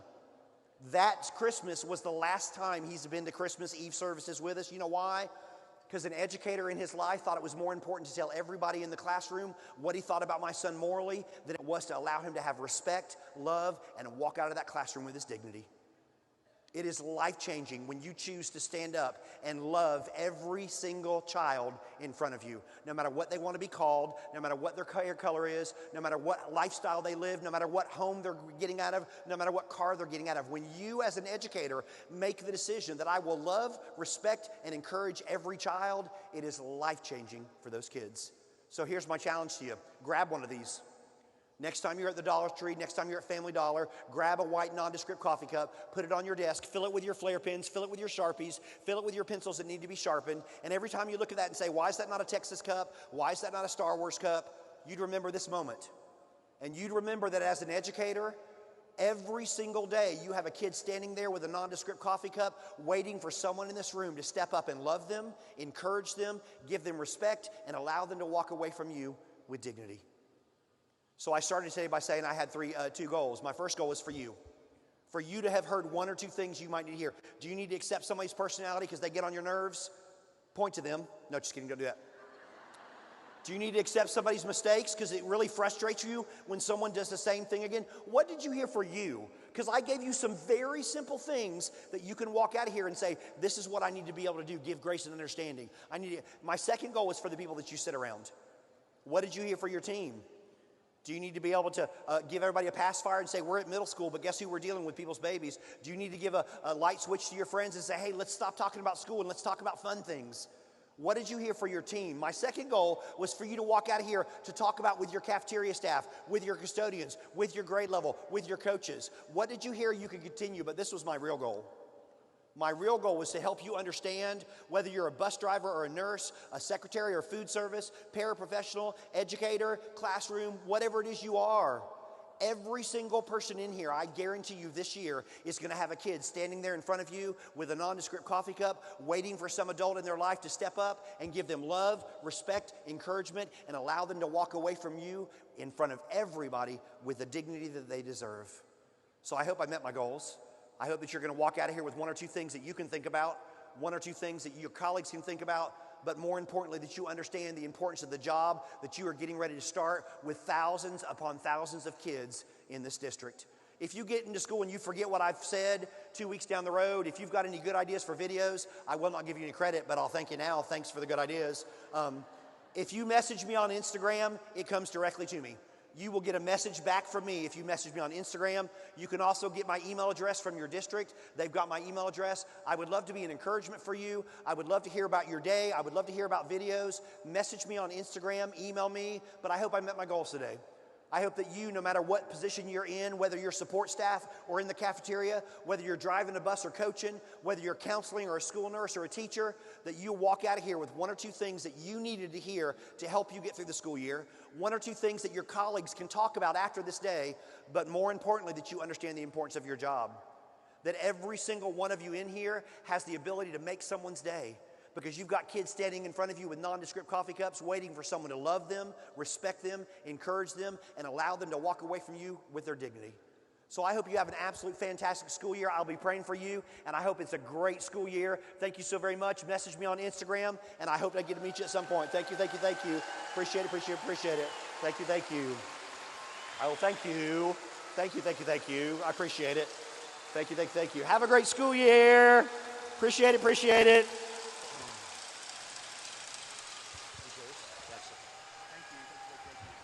Jerry Brooks, ladies and gentlemen.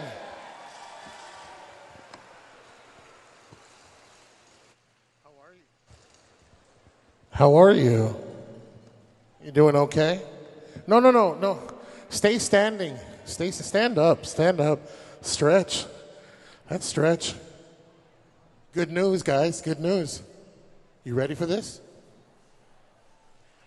I got 2 words for you. Ya mero. Say it with me. 1, 2, 3. Ya mero. Okay, reach for the sky. Reach for the sky. Reach for the sky. Reach.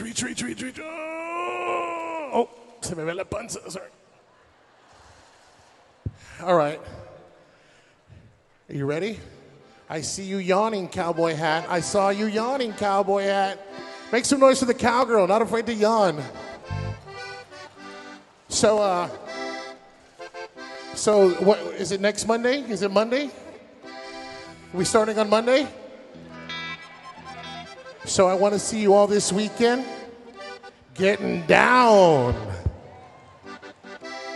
Are you guys ready for next week? Here's what's going to happen. Monday, going to be horrible. I know it. It's always the first day jitters. So do me a favor right now. Let it out all together. On the count of 3, we're just going to scream. 1, 2, 3.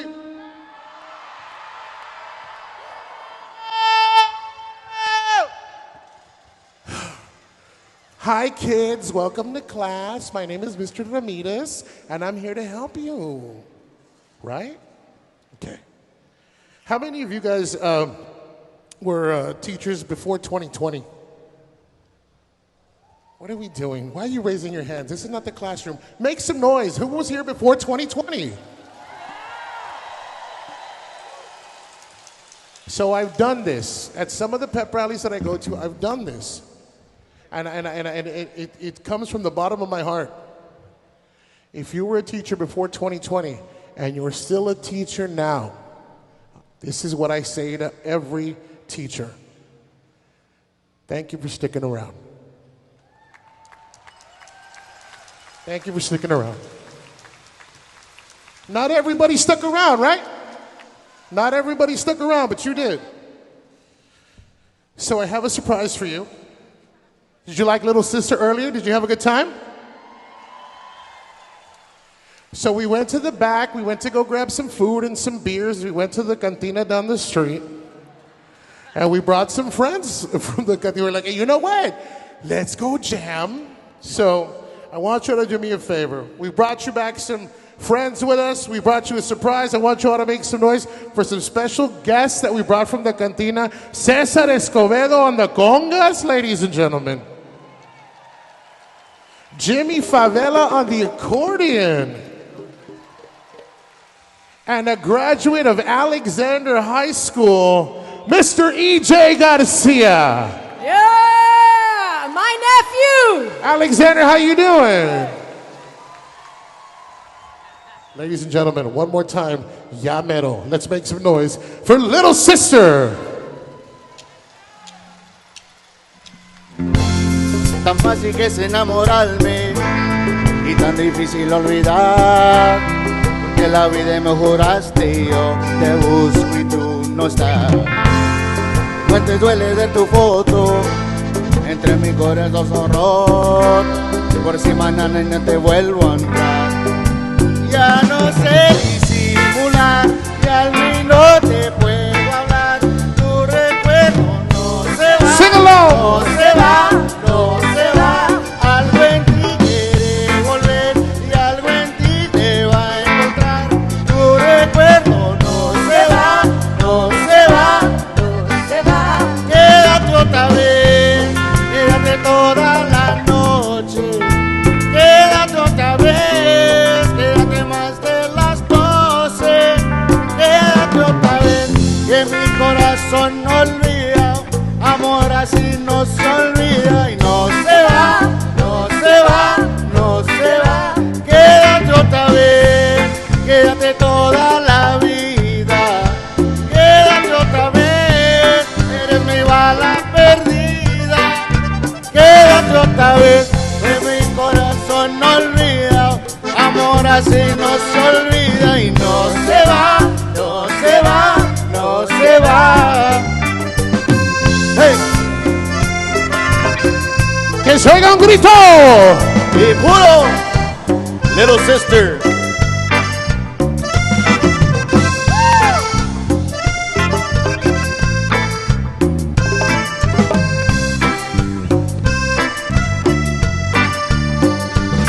Vamos, verde mis ojos cuando baile, sin ti ni besos en el aire, fue suficiente para convencerte que sí te va. Te buscaré aunque ande loco, te busco toda Buenos Aires, como te explico no te olvidas. Ya no sé disimular, te amo y no te puedo hablar, tu recuerdo no se va, no se va, no se va. Algo en ti quiere volver y algo en mí te va a encontrar. Tu recuerdo no se va, no se va, no se va. Quédate otra vez, quédate toda la noche. Quédate otra vez, quédate más de las 12. Quédate otra vez, que mi corazón no olvida. Amor así no se olvida y no se va, no se va, no se va. Quédate otra vez, quédate toda la vida. Quédate otra vez, eres mi bala perdida. Quédate otra vez, que mi corazón no olvida.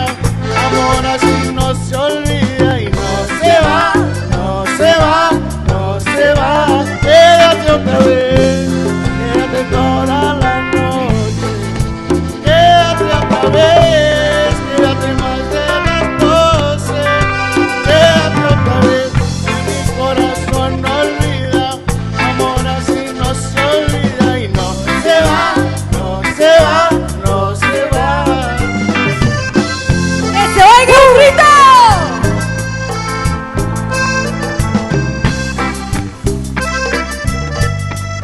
Thank you, UISD. Please stick around. We have some more in store for you.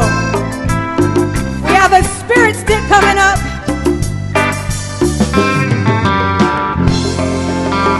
Thank you.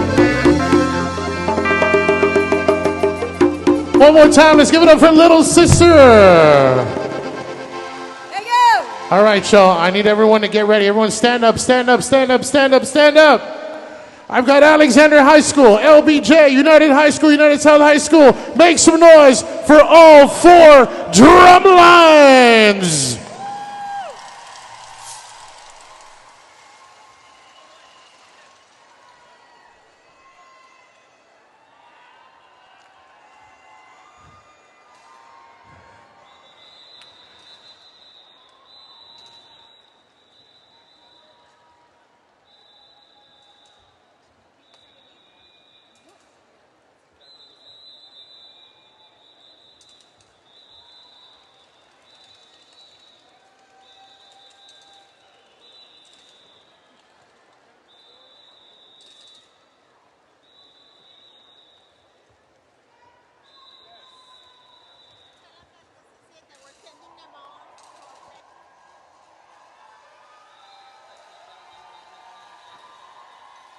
All right, everybody, on behalf of Mr. Gonzalez and everyone at United Independent School District, have a great school year.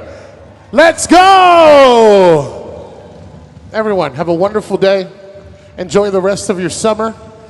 See you guys on Monday. Have a good time. Enjoy your weekend. On behalf of Little Sister, on behalf of everybody here at the Sames Auto Arena, of course, UISD, have a wonderful day. Thank you so much. UISD, go!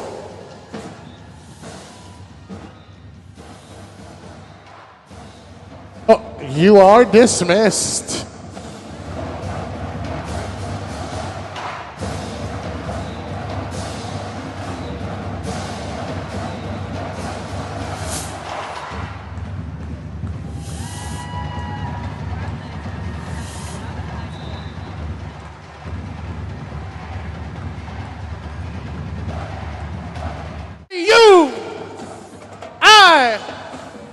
UISD. Everybody make some noise.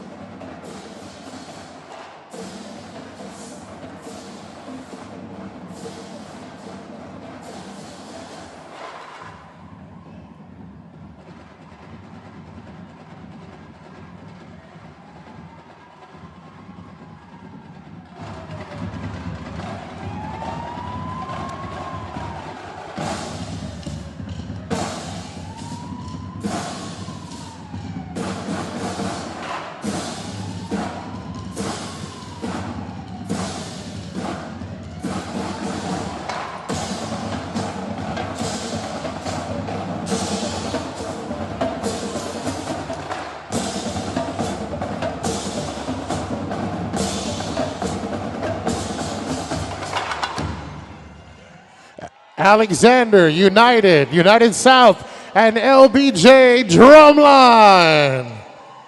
Everyone, have a great rest of the day. Have a great rest of the summer. You guys are dismissed. Thank you so much. Have a wonderful school year. I'll see you guys at the pep rally. Bye.